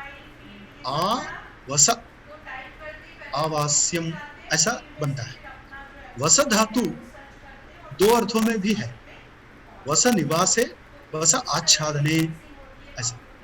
सो वसति, इसीलिए संस्कृत में वासांसी जीर्णानि यथा विहाय, इस मंत्र में, इस श्लोक में वासांसी ऐसा कहा तो वहां वस्त्राणि ऐसा अर्थ लेना पड़ता, मगर अदरवाइज निवासः, उसमें तो रहने का स्थान ऐसा समझना है। तो यहाँ आवास्यम, आ समझता, वास्यम, इसका अर्थ वास योग्यम ऐसा। अब दोनों को जोड़ के दो प्रकार से अर्थ समझ सकते हैं। एक है ईश्वर के द्वारा रहने के लिए योग्य, या ईश्वर से आच्छादित करने योग्य, ऐसे दो अर्थ आते हैं। वस्त्र अर्थ में वस धातु का आच्छादन ऐसा है, निवास इस अर्थ में रहने का ऐसा भी अर्थ है। सो यहाँ ईशावास्यम इदम सर्वम, इदम, इदमा निर्देशः नेदीयसी ऐसा, अर्थात पास में जब कोई पदार्थ है उसका इदम शब्द से निर्देश करना चाहिए। इदम इदम शरीरम कौन्तेय क्षेत्रम इत्यभिधीयते। 13वें अध्याय में भगवत गीता में दिखाया, अपने आप को बताते हुए कहा इदम शरीरम, वैसा। सो इदम अयम तत् ऐसा हम प्रयोग करते हैं। तो इदम सर्वम, आप जितना दूर हो पास हो सब कुछ, सर्वम यत्किंच जगत्याम जगत, सब क्या करना है? ईशा आवास्यम, ईश्वर से आच्छादित करने योग्य समझो। अब ईश्वर ये एक प्रोपोजिशन है, अगर वो सिद्ध नहीं होता तो यह मंत्र का आरंभ ही नहीं होता, क्योंकि मंत्र कह रहा है कि ईश्वर से आच्छादित करो, अभी शुरू करो। इसका अर्थ उसके पहले ही ईश्वर का विचार होकर ईश्वर का निर्धारण हुआ हो। अगर ईश्वर का निर्धारण नहीं है तो आप किस तत्व से इस जगत को आच्छादित करेंगे या भरेंगे? तो पहले आपको ईश्वर निर्धारण करना पड़ेगा। इसीलिए कहते हैं न्याय चर्चेयम ईशस्य मनन व्यपदेश भाग। उदयनाचार्य 10वें शतक के आचार्य अपने न्याय कुसुमांजलि ग्रंथ में लिखते हैं, न्याय शास्त्र ईश्वर सिद्धि के लिए मनन जैसा है। तो ईश्वर निरूपण करना है तो आप न्याय का भी आलंबन कर सकते हैं। तो अब अपने लिए ईश्वर का निर्धारण करो, वो ईश्वर तत्व ये सारा जगत में कैसा व्याप्त है आप समझ लो। ईशावास्यम इदम सर्वम यत्किंच जगत्याम जगत, ये पहला वाक्य हुआ। जगत में जितने भी परिणामशील पदार्थ हैं, जो कुछ भी है, परिणाम परिणाम परिणाम, उनको ईश्वर के द्वारा आच्छादित करो। अर्थात क्या? अब यहां दो बातें आती हैं कि ईश्वर इसका स्थान है ऐसा समझ लो। मयि सर्वम इदम ततम, ये भगवत गीता में आता है, अर्थात ये सारा विश्व मुझ में व्याप्त है। तो फिर ये आधार कौन बना? ईश्वर। ईश्वर में सब कुछ बना है। शंकराचार्य अलग ढंग से बताते हैं, मगर ईश्वर में सब कुछ बना है, रहा है। ये भागवत में बताते हैं, आभासश्च विरोधश्च यतस्तु अध्यवसीयते स आश्रय परम ब्रह्म परमात्मेति गीयते। सो सब कुछ जहां से भासमान है चिद्विलास, वो आश्रय परमात्मा परब्रह्म ऐसा कहा। तो वो ईश्वर ये सारे इस परिणामशील पदार्थों का आश्रय है ऐसा समझ लो। समझने से हो गया क्या? ऐसा करना पड़ेगा, हर पदार्थ में ईश्वर तत्व को देखने का प्रयास करना चाहिए। इस प्रकार से ये मंत्र का आरंभ होता है। अब अगर ईश्वर पहले से इसमें है तो फिर मुझे क्यों नहीं दिख रहा है? ये मंत्र मुझे क्यों बता रहे हैं कि ऐसा करो करो? इसका अर्थ जैसे द्वारम पिधेहि, दरवाजा बंद करो, ये कब कहते हैं? जब दरवाजा खुला है। जब दरवाजा बंद ही है तो ये वाक्य निष्प्रयोजन, निरर्थक होगा। सो दरवाजा जब बंद नहीं है तब मेरा वाक्य सार्थक है। यहां अगर ईश्वर पहले से ही है तो फिर क्यों वेद बताता है कि ईश्वर है करके जान लो? इसका अर्थ हम अज्ञान के कारण ये समझ नहीं पा रहे। तो क्या करना है? अज्ञान दूर करने का प्रयास करना चाहिए। ये शंकराचार्य अनेक जगह में अपने भाष्य में कहते हैं, न ज्ञाने यत्नः करणीयः अपितु अज्ञानस्य नाशाय यत्नः करणीयः। ज्ञान पाने के लिए आप प्रयास नहीं करना, अज्ञान दूर करने के लिए प्रयास करना। कैसा?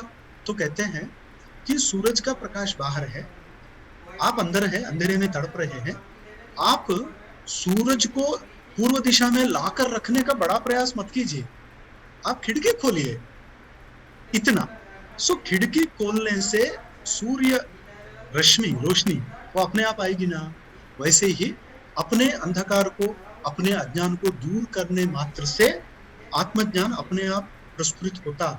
यह विषय वेदांत सार में भी बताया जाता है कि एक छोटा सा बादल का टुकड़ा सूरज और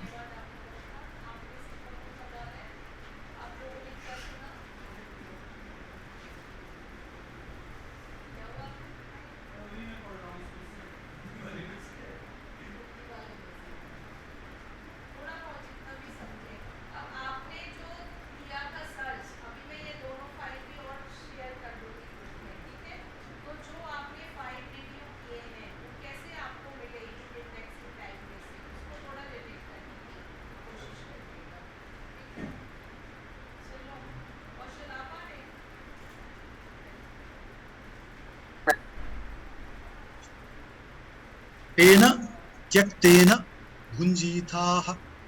तेन, तो आप तत्शब्द होने से पूर्व ईश्वर शब्द के साथ जोड़ सकते हैं, तब अन्वय होगा तेन ईश्वरेण त्यक्तेन। त्यक्त ये शब्द त्यज धातु से आता है। त्यज धातु को क्त प्रत्यय जोड़कर त्यक्त शब्द बनता है, और क्त प्रत्यय भावार्थक में भी आ सकता है। तब त्यक्तेन इज इक्वल टू त्यागेन, ये एक है। तब तेन त्यक्तेन भुंजीथाः, तेन ईश्वरेण त्यक्तेन पदार्थेन भुंजीथाः, ये एक अर्थ हुआ। अर्थात ईश्वर ने आपके भाग्य में जो कोई पदार्थ रखा है उतने से उतना ही भोग करो, ये तेन त्यक्तेन भुंजीथाः एक अर्थ है। इसमें क्या अर्थ हुआ? ईश्वर के द्वारा आपके जीवन में दिया गया उतने से आप अपना जीवन चलाओ। सो जीवन निर्वहन के लिए हमारे जीवन में जो कुछ मिला है उससे चलाना, तेन त्यक्तेन भुंजीथाः। अब दूसरा तेन, तेन हेतुना, ऐसा अर्थ अगर लिया, सो यस्मात् ईश्वरः सर्वव्यापी सर्वमिदं ईश्वरः तेन हेतुना। अब हेतु हेतुमत भाव दिखा सकते हैं कि जबकि ईश्वर भावना से सारे जगत को आच्छादित करना है, उस हेतु से त्यक्तेन भुंजीथाः ये संदेश है, त्याग से भोग करो। पहले क्या हुआ? ईश्वर ने आपके जीवन में जितना दिया है उससे आपका जीवन निर्वहन करो।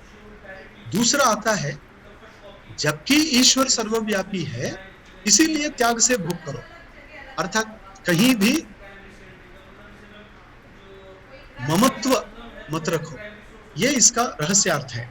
क्योंकि त्यागेन भुंजीथाः, और ये जो त्याग है ये वैदिक कर्मकांड का भी बहुत बड़ा अपना स्वरूप है। त्यागो नाम यागः, त्याग का दूसरा नाम यागः। क्यों? क्योंकि याग करते समय बहुत कुछ अग्नि को, ब्राह्मणों को समर्पित करते हैं, बहुत कुछ त्यागना पड़ता है, इसीलिए त्यागः।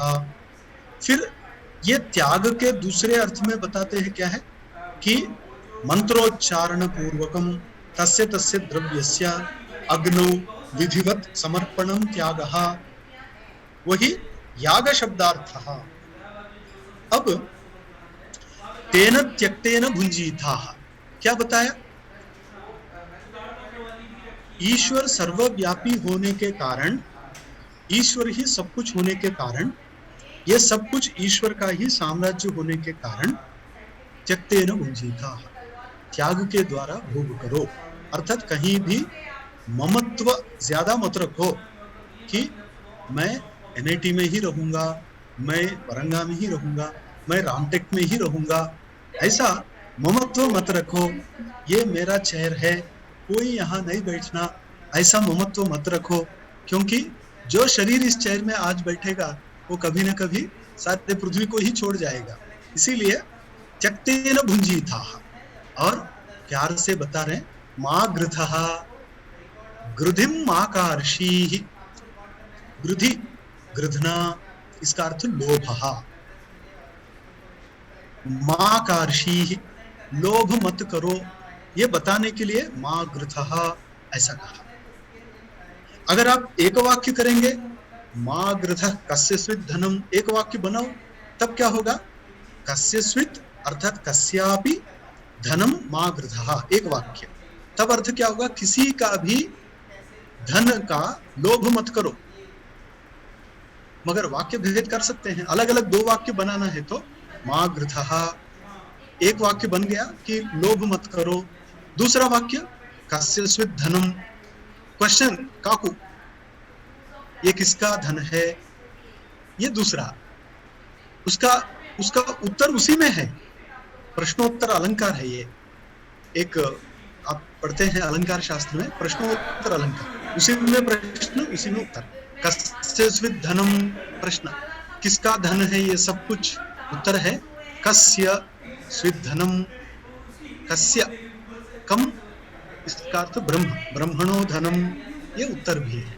इस प्रकार से ये सारा विश्व, विश्व के अंदर सारे पदार्थ, ये सब ब्रह्म का ही वस्तु संपत्ति है, अपना नहीं है। इसलिए लोभ मत करो, त्याग से भोग करो, क्योंकि ईश्वर ये सब कुछ परिणामशील जगत को व्याप्त होकर रहा है। ऐसा पहला मंत्र यहाँ समाप्त होता है। ईशावास्यमिदं सर्वं यत्किंच जगत्यां जगत्तेन त्यक्तेन भुञ्जीथाः माग्रथः कस्य स्विद्धनम्। अब संगति, संगति इसका अर्थ पूर्वापर संबंध कथनम।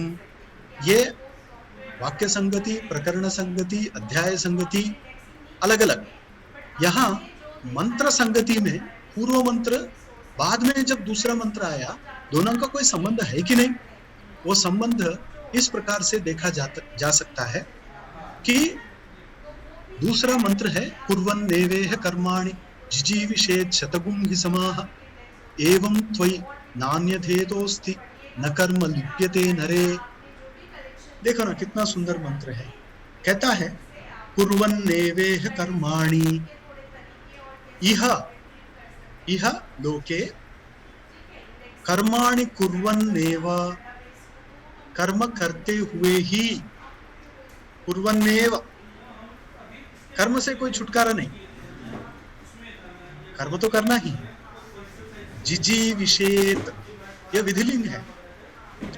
जीवितुम इच्छेत, जिजीविषा, जीवितुम इच्छा, जिजीविषेत, जीवितुम इच्छेत। कितने साल? शतगुम ही समाह, ज्यादा मत सोचो, 100 साल। ज्यादा मिला तो मिला है, ठीक है, अच्छा है, भाग्य है, मगर 100 साल के बाद बहुत भारी पड़ता है जीवन।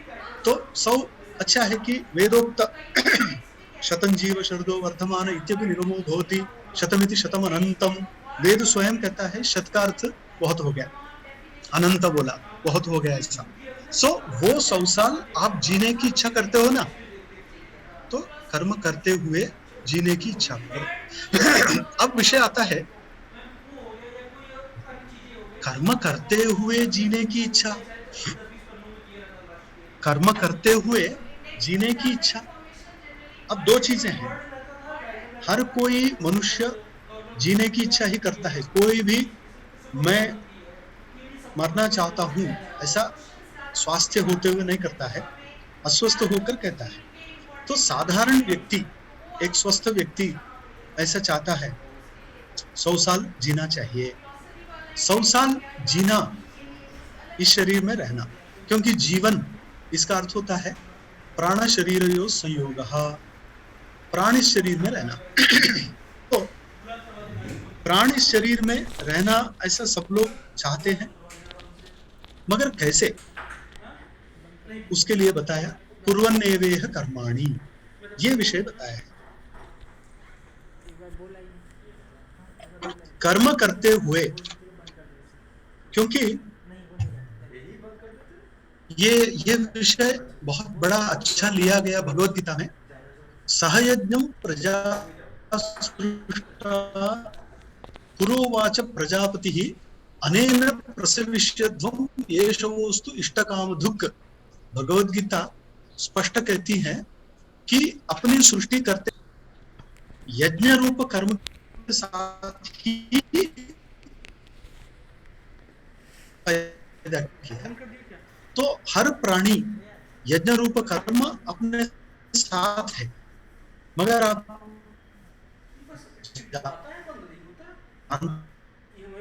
3 प्रकार बन सकता है।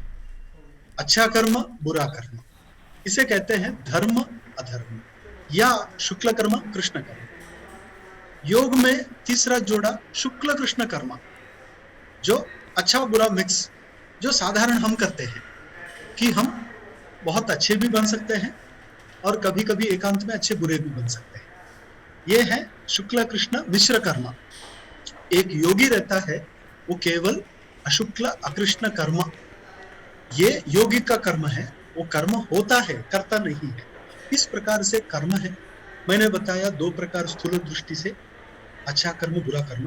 तो कुर्वन्नेवेह कर्माणि ऐसा कहने पर मैं तो कर्म कर रहा हूं, मेरे शरीर से, मन से, वाणी से कुछ तो चल रहा है, तो मैं कर रहा हूं ना, ऐसा नहीं है। विहित कर्माणि, ये शंकराचार्य भाष्य में आता है, विहित कर्माणि। तो बच्चा अपने जन्म सिद्ध ज्ञान से नहीं आता है, उसको जन्म सिद्ध ज्ञान नहीं है, वो मोह में जाता है, अज्ञान में जाता है, कुछ गलत कर सकता है। जैसे आग छूना नहीं चाहिए, मगर छोटे बच्चे को माता आग से दूर रखती है, क्योंकि माता को पता है वो खतरनाक। मातृशतेभ्योपि वत्सलतरा इयं श्रुति, शंकराचार्य मुंडक भाष्य में कहते हैं कि आप 100 माताओं से भी ज्यादा प्रेमल कौन? तो वेद, श्रुति। ऐसी माता क्या करती है, हर मनुष्य को इस दुनिया में आने के बाद उसे थोड़ा ये अच्छा नहीं है करके दूर रखने का प्रयास करती है, माता जैसे। सो वेद अगर नहीं है, श्रुति नहीं है, तो हर कोई अपने सदृशम चेष्टते स्वस्याः प्रकृतेर ज्ञानवानपि, भगवत गीता में बताया जैसा अपने अपने स्वभाव के अनुसार करता जाएगा।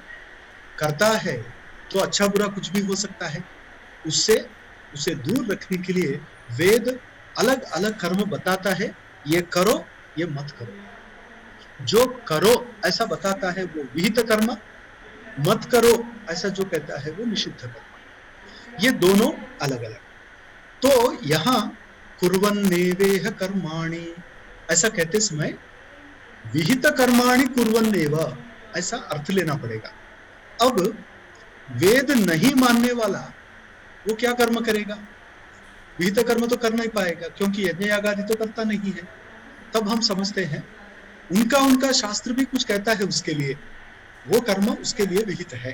केवल वेद में कि बौद्धों के ग्रंथों में भी ये करो, अष्टांग मार्ग, त्रिरत्न ऐसा जैन दर्शन में भी मिलते हैं, वो सब वहां कर्माणि कुर्वन्। इसमें एक विस्तृत रूप हमें भगवद गीता में मिलता है कर्मयोग अध्याय में कि लोक संग्रह मेवापि संपश्यन कर्तुम अर्हसि, तुम अपने जीवन निर्वाह के लिए भी कर्म करना चाहिए ऐसा कहा।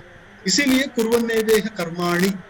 अब ये कर्म अपने शरीर के साथ मिला है, नहीं कश्चित क्षणमपि जातु तिष्ठत् अकर्मकृत आया है, कोई भी कर्म किए बिना नहीं रह सकता है। कर्म जब हो रहा है हमें क्या करना? कर्म को गति देना, कर्म को एक दिशा देना, यही इसका महत्वपूर्ण संदेश है, कुर्वन्नेवेह कर्माणि। तो यह विषय बहुत महत्वपूर्ण है कि कर्म करना है या कर्म छोड़ना है। तो बहुत सारे लोग कहते हैं कि कर्म बंधन का है, कर्म से बंधन में आते हैं, इसीलिए कर्म को त्यागो। कोई कहता है नहीं नहीं, कर्म साथ रखो, क्योंकि कर्म ही तुमको उठा देगा। क्या करना चाहिए? तो बताया जाता है कि यज्ञार्थात् कर्मणोऽन्यत्र लोकोऽयं कर्मबन्धनः। यज्ञ के लिए जो किया जाता है वो कर्म छोड़कर बाकी सब बंधाय, यहां बंधन में डालने वाले हैं। यज्ञार्थात् कर्मणः अन्यत्र, अर्थात आप कर्म यज्ञ में, यज्ञ के लिए यज्ञ का अंग बनाते हो तो वो कर्म बंधन का नहीं। बाकी सब कर्म अर्थात जो खुद के लिए किया जाता है वो सब बंधन के लिए, मुझे चाहिए, मेरे लिए, ऐसा जो कर्म किया जाता है वो बंधन का माना जाता है। फिर उस बंधन को हटाने के लिए क्या लेना चाहिए? तो मौली कहते हैं बंधन को छुड़ाने के लिए और एक कर्म ले लो, ये है कांटे से कांटा निकालना। तो कर्म, अच्छा कर्म ले लो और जो बंधन का कर्म है उसे निकाल दो, बाद में दोनों को छोड़ दो। उभे सुकृत दुष्कृते त्यज धर्मम अधर्मंच उभे सुकृत दुष्कृते। ये महाभारत में आता है कि पाप पुण्य, सुकृत दुष्कृत, धर्म अधर्म है, मगर पहले इससे दूसरे को हटा दो, बाद में ये भी हट जाएगा, उसको उतना तपस्या करने की आवश्यकता है। इस प्रकार से कुर्वन्नेवेह कर्माणि जिजीविषेत् शतगुं हि समाह। समाह, समाह इसका अर्थ वर्षाणि, वत्सराः, संवत्सर ऐसा जो कहते हैं, समा। रामायण के पहले श्लोक में भी आता है ना, मानिषाद प्रतिष्ठां त्वमगमः शाश्वती ही समाह, ऐसा आता है। तो उसका अर्थ वर्ष।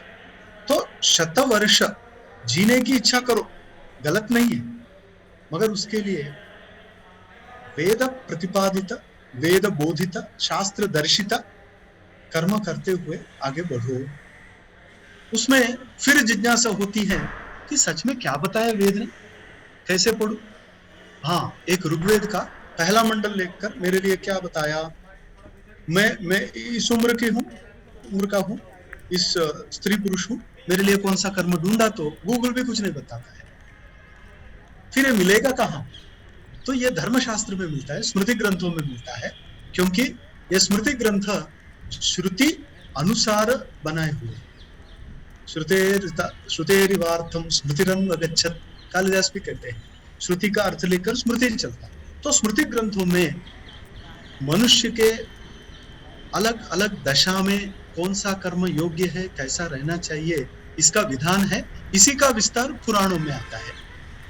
आप सुबह उठने से, ऐसा नहीं कहता हूं कितने बजे उठना चाहिए वहां से शुरू, हाँ नहीं मैं 5 बजे उठता हूँ, मैं 6 बजे, मैं 7 बजे, मैं 8 बजे, ऐसा लोग कहेंगे, तब वेद हाँ चलो अभी ये करो, ऐसा नहीं बोलता है। पहले कब उठना बताता है, ब्राह्मी मुहूर्त वो पहले बताकर फिर कहता है पहले तुम्हें क्या करना चाहिए, सेकंड क्या करना, थर्ड क्या करना, आगे क्या करना, ये सब क्रम से बताने वाला ये वैदिक वाङ्मय, इसी को लेकर स्मृति ग्रंथ बने हैं।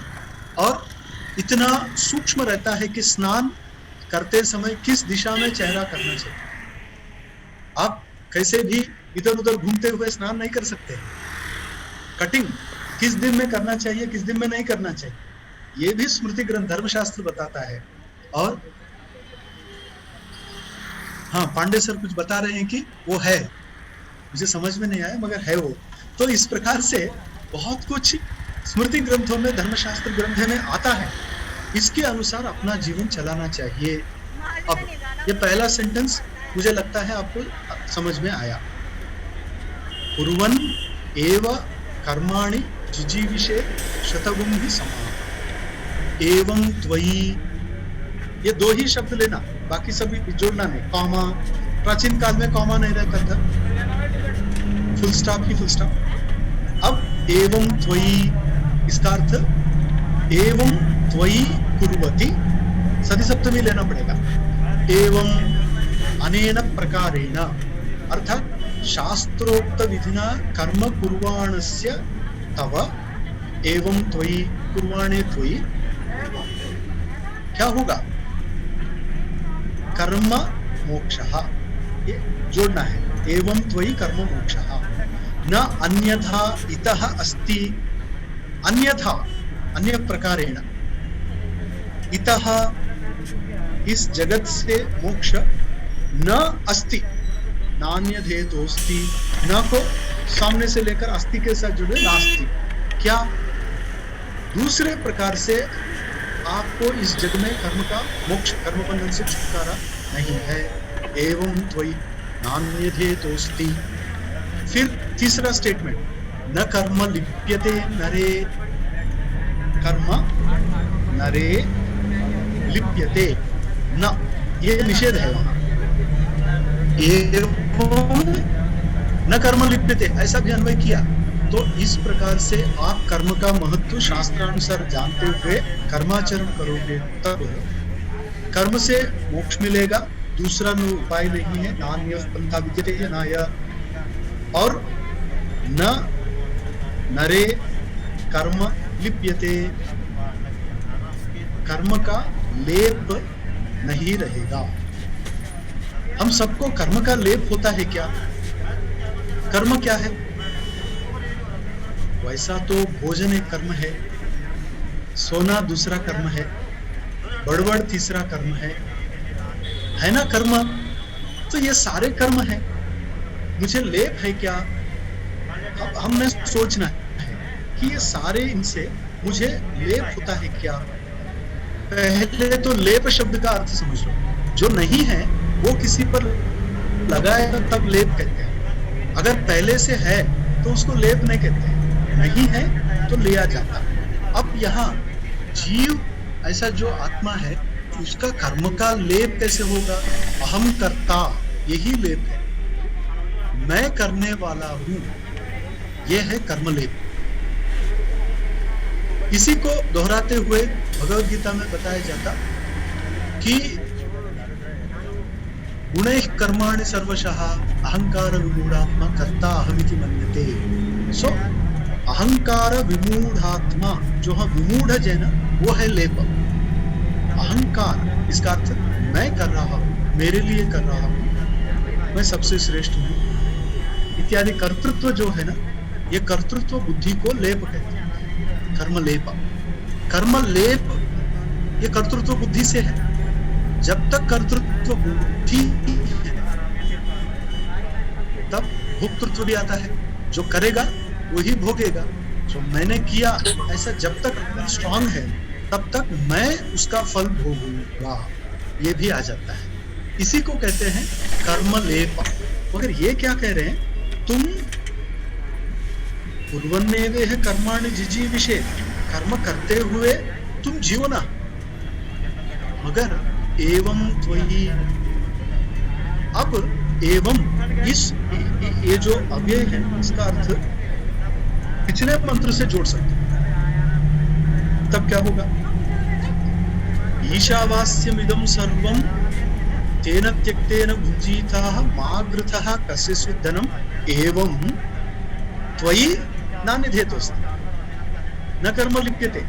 अर्थात तुम कर्म करते समय कर्म हो रहा है, इस भावना से ये सारा विश्व ईश्वर साम्राज्य है, इस भावना से कर्म के तरफ देखोगे तब न कर्म लिप्यते, कर्म का लेप नहीं होगा, क्योंकि ये एक कॉस्मिक साइकिल में अपने आप हो रहा है। कर्म ये कर्म चक्र है, ये फिर रहा है, तब इसका लेप नहीं होगा। मगर जब तक अहंकार के कारण मैं कर रहा हूं ऐसा समझता है, तब तक कर्म का लेप होता है। मगर कर्म बंधन कैसा होगा? कर्म तो जड़ है, कर्म जड़ है, तो वो बांधेगा कैसे किसी को? तब ज्ञानेश्वरी में मौली कहते हैं, एक तोता है, वो अपने पिंजरे में खड़ा है और पिंजरे का एक नाला है, एक थोड़ा सा रस्सी जैसा, अपने आप को इधर उधर वो उड़ते उड़ते उसमें फंसा दिया और चिल्ला रहा है कि किसी ने मुझे बांध कर रखा। किसने किया? खुद ही उसमें भटकते भटकते अपने पैर को अंदर रख दिया और अभी उसमें बंधन में चला गया। ऐसे ही हम अपने अज्ञान के कारण उसमें फंस जाते हैं। फंसना कैसा? जो चल रहा है उसे न समझते हुए गलत समझना, वही कर्म, कर्म बंधन, संसार, कितने भी शब्द हैं उसी के लिए है। अर्थात पहले तो कर्म जनरली 3 प्रकार का बताया जाता है, शारीरिक, मानसिक और वाचिक। ऐसा होता है कि शरीर से किया जाने वाला कर्म है। फॉर एग्जाम्पल, हम पेड़ों को पानी देते हैं, परसों अपनी चर्चा हुई इसके बारे में कि हम करते हैं तो शरीर से जाकर पानी देते हैं, अच्छा कर्म। दूसरा, हम प्लान करते हैं पेड़ों को पानी देना, मगर किसी कारण से टाल देते हैं, ये मानसिक है। मैंने बाइबल का उदाहरण दिया, जेनेसिस का। When you have contemplated on a sin, you have half committed it, ऐसा जीसस क्राइस्ट कहते हैं न्यू टेस्टमेंट। तो क्या हुआ फिर? आपने सोचा तो कर्म हुआ, और वाणी से भी हम कुछ काम करते हैं, ये कारिता इसमें चले जाते हैं। सो कृता, इसमें शारीरिक कर्म आता है, हम स्वयं करते हैं अच्छा बुरा। कभी कभी हम विचार करते हैं अच्छा बुरा, कभी कभी हम बोलते हैं अच्छे बुरे, ऐसा। तो ये है कर्म उसका स्वरूप और वो बांधना कैसा। तो जहां कर्तृत्व भावना है वहां बंधन है, ऐसा शंकराचार्य का स्पष्ट कहना है। कर्तृत्व भावना, तब मैंने बताया भोक्तृत्व भावना भी पीछे पीछे आ जाती है। तब आसंसारम ऐसा जो कहा जाता है कि ये संसार जब तक है तब तक कर्म का बंधन चलता ही रहेगा। इसके लिए क्या कहना है, तो इन्होंने शंकराचार्य ने एक उपाय बताया। इनका कहना है कि बंधन किससे मिला। बंधन अज्ञान से मिला। अज्ञान का अर्थ होता है किसी को गलत समझना। अब छुटकारा कैसा है, आपके हाथ में है, उसे ठीक समझना ही उसका उपाय है। ठीक समझना, ठीक जानना, इसे संस्कृत में तत्व ज्ञान प्रमा ऐसा कहते हैं। तत्व ज्ञानम, तत्वस्य ज्ञानम, कर्मणि षष्ठी। तत्वम, जो जैसा है वैसा ही उसका स्वरूप रहना तत्व है। अग्नि का तत्व क्या है, जलना। पानी का तत्व क्या है, बहना, ठंडा रहना इत्यादि। सो तत्व ज्ञान अर्थात जो है, जैसा है, जितना है उसका ज्ञान, तत्व ज्ञान। इसीलिए 13वें अध्याय में भगवान कहते हैं कितना सुंदर, इदम क्षेत्रम यच्च यादृक्च यद्विकारी यतश्च सच यत् प्रभावश्च तत् समासेन मे श्रूयते। श्री कृष्ण कहते हैं इदम क्षेत्रम यच्च यादृक्च यद्विकारी यतश्च यत्, ऑलमोस्ट 5 स्वरूप बताए हैं। यद्विकारी यतश्च यत्, और क्षेत्रज्ञ जो है सच यत् प्रभावः, दोनों को जानना चाहिए। इसीलिए ज्ञेय ज्ञान, यही सारा शास्त्र का विषय है। तत्व ज्ञान अर्थात इसे यथारूप से जानना, इसको तत्व ज्ञान कहते हैं। किसी पदार्थ को गलत जानने से सुख मिलेगा, कभी कभी दुख भी मिलेगा, मगर जो भी गलत ज्ञान से मिला वो टेम्पररी है।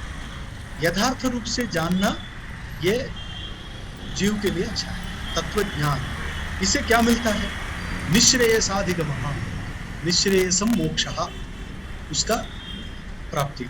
तो इस प्रकार से तत्व ज्ञान, ऐसा शंकराचार्य कहते हैं कि एक तत्व अपने रूप में है, हम सब उसे न जानते हुए कुछ गलत जान रहे हैं, और वो गलत जानने के वजह से हम अपने आप को बंधन में पा रहे हैं।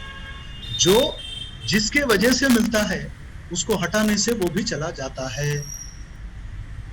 तेषाम अभावे तदभावः, ये एक बहुत बड़ा एक विषय है कि जिसके कारण जो प्राप्त है वो कारण के नष्ट होने पर यह भी नष्ट हो जाता है। अज्ञान के कारण जब सारा संसार इत्यादि बने हैं, अज्ञान को नष्ट करने से ये भी नष्ट हो जाएगा। नष्ट होना इसका अर्थ उसका ज्ञान नहीं होना, बस इतना।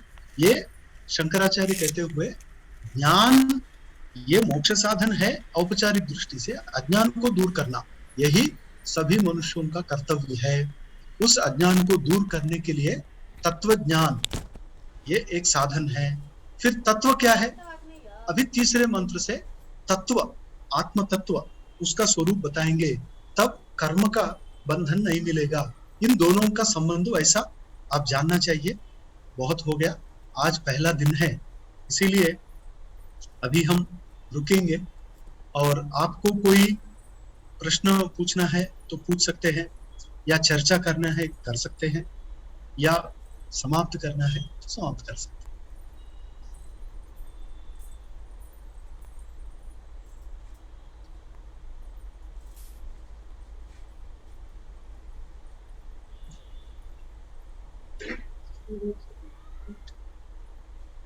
नमो नमः। तो कोई प्रश्न पूछना है? हाँ, नमो नमः। यस शिल्पा जी, पूछिए।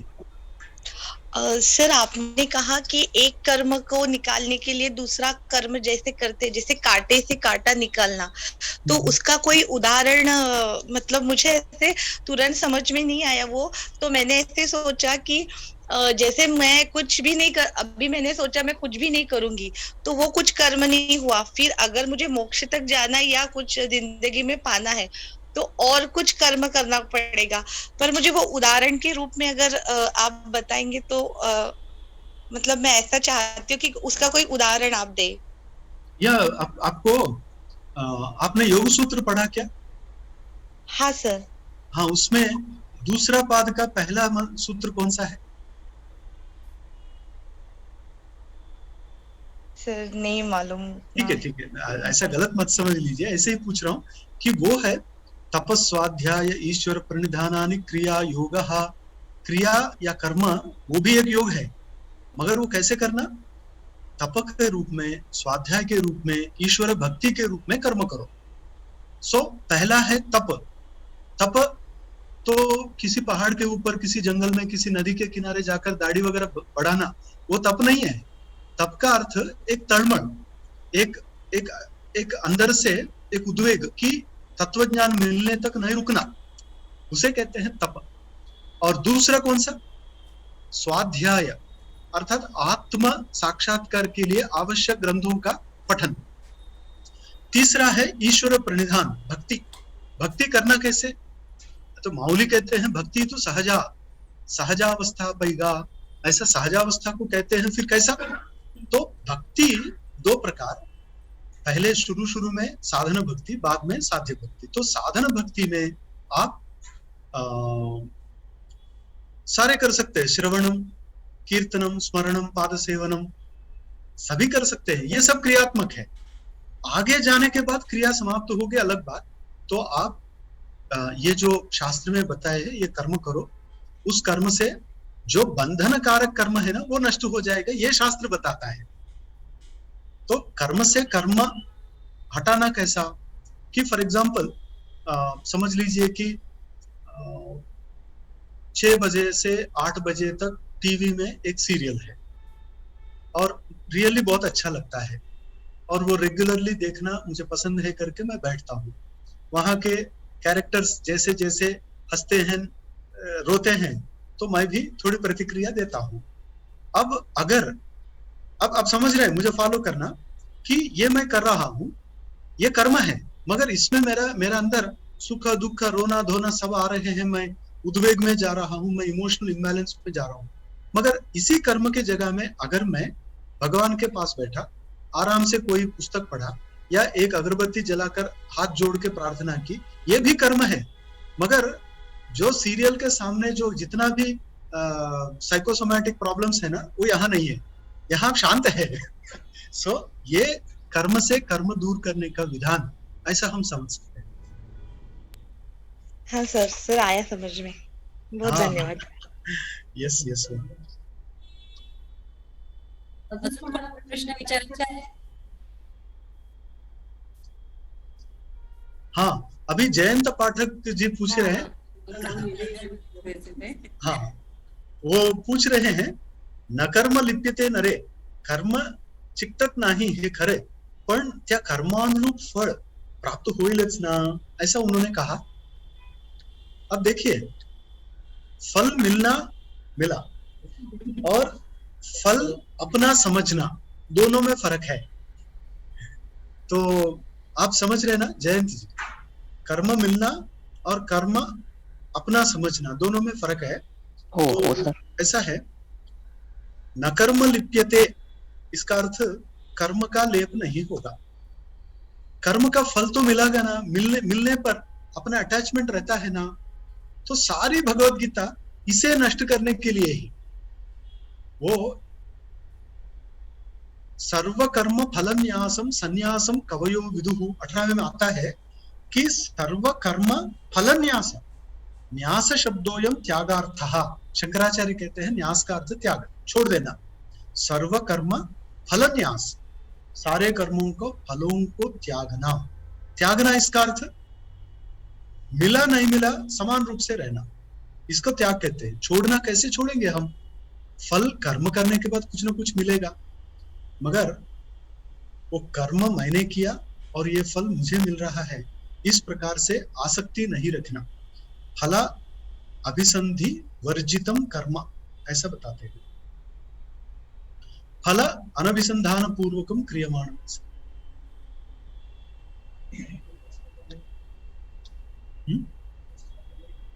ये प्रश्नों का लेप है। तो सर सर ये सिंपल है। हाँ, सर सर मैंने 10 अच्छे कर्म किए और 10 बुरे कर्म किए, तो जैसे मैथ्स में 10 डिवाइडेड बाय 10 0 हो जाता है, तो इसका वहां पे वैसे तो नहीं होगा ना? मतलब मुझे अच्छे कर्म के लिए अच्छे फल और बुरे कर्म के लिए बुरे फल, ये मुझे मतलब मेरा ये भोग ऐसा ही चलेगा ना? या वो अच्छे 10 कर्म इधर एडजस्ट हो जाएंगे या वो बुरे कर्म इधर एडजस्ट हो जाएंगे? आप ऐसा कोई मैथमेटिक्स के भाषा में म्यूचुअल कैंसलेशन बोल रहे हैं क्या? नहीं है, मगर ये आपको वृत्तयः पंचतयः क्लिष्टा क्लिष्टा इस योग सूत्र में देख सकते हैं कि हमारे द्वारा अच्छे कर्म बुरे कर्म होते हैं मगर ऐसा नहीं है कि एक दूसरे को कैंसिल करने से ये अपने आप दोनों खत्म हो गए, ऐसा नहीं रहता। ये व्यास भाष्य में एक भविका अनेक भविका इस विषय के चर्चा में आया कि मेरे जीवन भर में अनेक कर्म हुए और कुछ अच्छे कुछ बुरे, तो कौन सा कर्म फल देगा? सब मिलके एक फल देंगे या अलग अलग देंगे या अलग अलग जन्म देंगे? कितने ऑप्शंस हैं? तब उन्होंने कहा नहीं, अंत में जो कर्म संचय बनता है वो नेक्स्ट जन्म का कारण बनता है।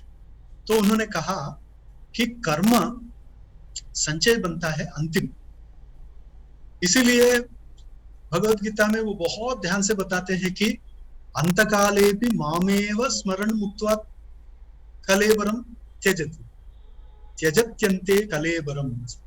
सो अंतकाल में मेरा ही स्मरण करो, क्योंकि वो डिसाइड करेगा नेक्स्ट वाला। ऐसा तो ये एक अपना संप्रदाय है।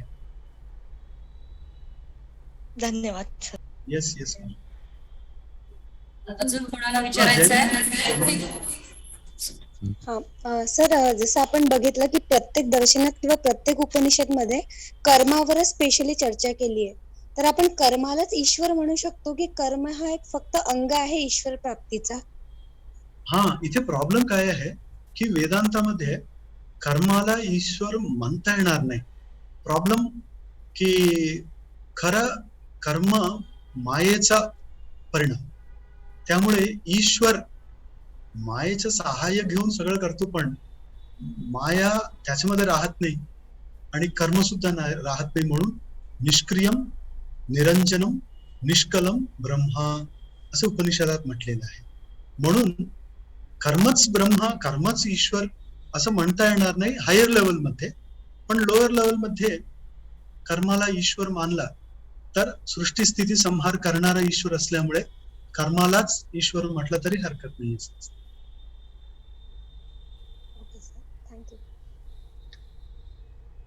अजून काही विचारायचं आहे कोणाला? नमो नमः महोदय। या भावना नमो नमः। सर, आप शुरुआत में ईशावास्य उपनिषद का जो फीचर्स है वो बता रहे थे, गंभीर है, और उसके बाद क्या बताया थे, मैं नोट नहीं कर पाई थी सर। हाँ हाँ, मतलब वो गंभीर है ऐसे बता रहे थे, तो उसके अलावा भी आपने कुछ फीचर्स बताए थे कि ईशावास्य उपनिषद ऐसा है करके। हाँ, कि रहस्यार्थ है ऐसा मैंने एक बताया। सूक्ष्म विचार है इसमें कि ऊपर ऊपर से एक अर्थ आता है, एवं त्वयि, फॉर एग्जाम्पल आपको एवं त्वयि किसके साथ जोड़ना है ये अनेक भाषाओं से भी समझ में नहीं आता है। ये है उसका सूक्ष्म अर्थ। ऐसे गंभीर, रहस्यमय, सूक्ष्म ऐसे विचार आते हैं। धन्यवाद। Yes yes. अजून काही शंका आहेत कोणाला? प्रश्न उत्तरांचं सेशन आताच सुरू आहे, नंतर सर रिव्हिजन घेतील की नाही माहिती नाहीये। ज्या काही शंका आहेत ते आताच विचारा। हाँ, और आप शब्द के बारे में भी पूछ सकते हैं क्योंकि जब पढ़ते हैं तो व्यवस्थित पढ़ना और लाइफ लॉन्ग याद रहता है। इसीलिए आप एक एक शब्द को बाद में आप स्वयं चिंतन करो और आप इंटरनेट पे इसका पीडीएफ भी मिलता है, वो मंत्र ही पढ़ो, कोई ज्यादा चिंता नहीं। एक ईशावास्यम इदम सर्वम यत्किंचा जगत्याम जगत तेना त्यक्तेन भुंजीता, ऐसा पढ़ते पढ़ते याद आएगा और वो चिंतन आपको आगे ले जाएगा।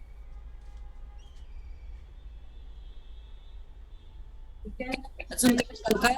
मला असं वाटतं सरांनी सगळ्यांच्या शंकांचं छान समाधान केलेलं आहे. तर आता आपण पुढे जाऊया. खूप छान सेशन झालं सर तुमचं, छान मार्गदर्शन मिळालं आम्हाला. धन्यवाद. आर्या. आमच्या मनात उपनिषदांविषयी रुची वाढवल्याबद्दल सर आपले खूप खूप धन्यवाद. आपण कार्यक्रमाच्या शेवटल्या टप्प्यात पोहोचलो आहोत. अर्थातच आभार प्रदर्शन. त्याकरिता मी MA मल्टीडिसिप्लिनरीची विद्यार्थी सिद्धी वैद्य हिला आमंत्रित करू इच्छिते.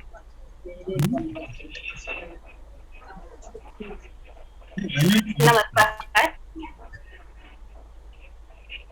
नमो नमः सर्वेभ्यः. ज्ञान रत्नाकरच जणू अशा सन्माननीय कुलगुरू प्राचार्य पेन्ना महोदय यांनी आजच्या व्याख्यानाचे अध्यक्षस्थान भूषवत वेद उपनिषद अशा शब्दांच्या मूळ अर्थासहित अनेक विषयांवर विस्तृत विवेचन केले. ज्ञानेश्वर माऊली, उदयनाचार्य अशा अनेकांची उद्धरणे देत जीवन विधान अशा ईशावास्योपनिषद, कर्म असे अनेकाचे सखोल निरूपण केल्याबद्दल नवबालकवत असे आम्ही सर्व विद्यार्थी त्यांचे शतशः ऋणी आहोत. आणि या ज्ञान विवेचन सुधेचे पुन्हा पुन्हा प्राशन करण्यास आम्हाला मिळावे अशा विनंतीसह मी अतिव आदरणीय अशा पेन्ना महोदयांचे ऋण व्यक्त करते. विविध शैक्षणिक उपक्रमांचा गिरी उचलून धरणारे अभिनव भारती परिसराचे संचालक माननीय आचार्य पांडेय महोदय यांनी रजत महोत्सवाअंतर्गत आयोजित या व्याख्यानाचे उद्बोधनपर प्रास्ताविक सादर करून आम्हा अल्पमती विद्यार्थ्यांना अमृतमय ज्ञानरस ग्रहणासाठी प्रेरित केल्याबद्दल आम्ही त्यांचे मनःपूर्वक ऋणी आहोत. देवी सरस्वतीच्या वीणेचा झंकार ज्यांच्या वाणीतून अनुभवास मिळतो अशा माननीय आचार्य अधिष्ठात्री नंदापुरी महोदया यांनी मंथन युक्त अशा अध्ययनाचे महत्व विशद करत केलेल्या बहुमोल मार्गदर्शनासाठी त्यांचेही आम्ही अत्यंत ऋणी आहोत. विभाग प्रमुखा व परमपूज्य गोळवलकर गुरुजी गुरुकुलाच्या संचालिका माननीय प्राचार्या भोले महोदया, भारतीय दर्शन विभाग प्रमुखा माननीय आचार्य कलापिनी अगस्ती महोदया, अधिष्ठाता वेद व्याकरण विभाग माननीय आचार्य हरेकृष्ण अगस्ती महोदय, विभाग प्रमुख आधुनिक भाषा विभाग माननीय आचार्य प्राध्यापक पराग जोशी महोदय, परमपूज्य गोळवलकर गुरुजी गुरुकुलाचे प्रधानाचार्य माननीय आचार्य डॉक्टर राघवेंद्र भट महोदय, तसेच वेद व्याकरण विभागाचे प्राध्यापक माननीय डॉक्टर जयवंत चौधरी महोदय अशांच्या विशेष उपस्थितीने आजच्या व्याख्यानाचा गौरव बहुगुणित झाला. या सर्वांचीही मी अत्यंत ऋणी आहे. दर्शन योग विभाग तसेच साहित्य विभागातील सर्व माननीय प्राध्यापक शिक्षक, उपस्थित इतरही सर्व आदरणीय प्राध्यापक शिक्षक वृंद आणि सर्व शिक्षकेतर कर्मचारी वर्ग या सर्वांचीही मी अत्यंत ऋणी आहे. उपस्थित सर्व विद्यार्थी मित्र, माझे सहपाठी तसेच इतरही सर्व श्रोते यांचीही मी ऋणी आहे. या व्याख्यानाच्या आयोजनासाठी भारतीय दर्शन योग विभाग आणि संस्कृत भाषा साहित्य विभागातील सर्व आदरणीय शिक्षकांची मी अत्यंत ऋणी आहे. या कार्यक्रमाचे आभासी माध्यमातूनही यशस्वी नियोजन करणाऱ्या किंबहुना नेहमीप्रमाणेच यशस्वी नियोजन करणाऱ्या आमच्या ICT टीमचीही मी ऋणी आहे. परिवारातील व्यक्तींचे खरं तर आभार मानूच नाहीयेत, तरीही सुमधुर अशा ईशस्तवनाने आजच्या या व्याख्यानाची मंगलमय सुरुवात केल्याबद्दल आमच्या राधाचेही मी ऋण व्यक्त करते. योग्य आणि समयोचित निवेदन सादर केल्याबद्दल आमच्या आर्याचीही मी ऋणी आहे.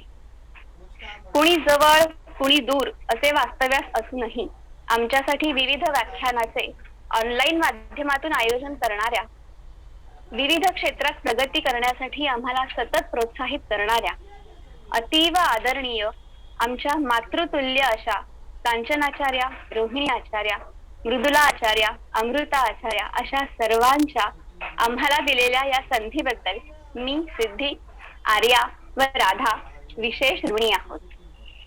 अनवधानाने कोणाचे नामनिर्देश राहिले असल्यास त्यांचीही क्षमा मागून मी त्यांचेही अत्यंत मनपूर्वक ऋण व्यक्त करते. धन्यवाद. धन्यवाद सिद्धी. कार्यक्रमाचा शेवट हा ईशावास्योपनिषदाच्या शांती मंत्राने होईल. त्याकरिता मी राधा ठेंगडे हिला आमंत्रित करते.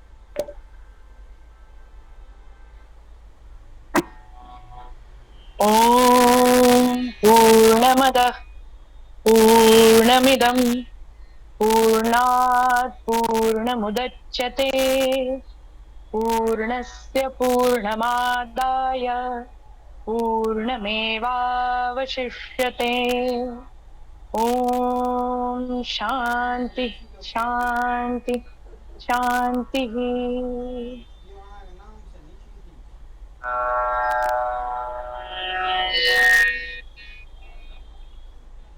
मी पुन्हा एकदा सांगू इच्छिते की या कार्यक्रमाचे, या व्याख्यानाचे दुसरे पुष्प येत्या शुक्रवारी अर्थातच 22 एप्रिलला आयोजित केलेले आहे. तरी सगळ्यांनी ठीक 3:30 वाजता आपली उपस्थिती दर्शवावी. आणि हा कार्यक्रम इथेच संपला असे मी जाहीर करते.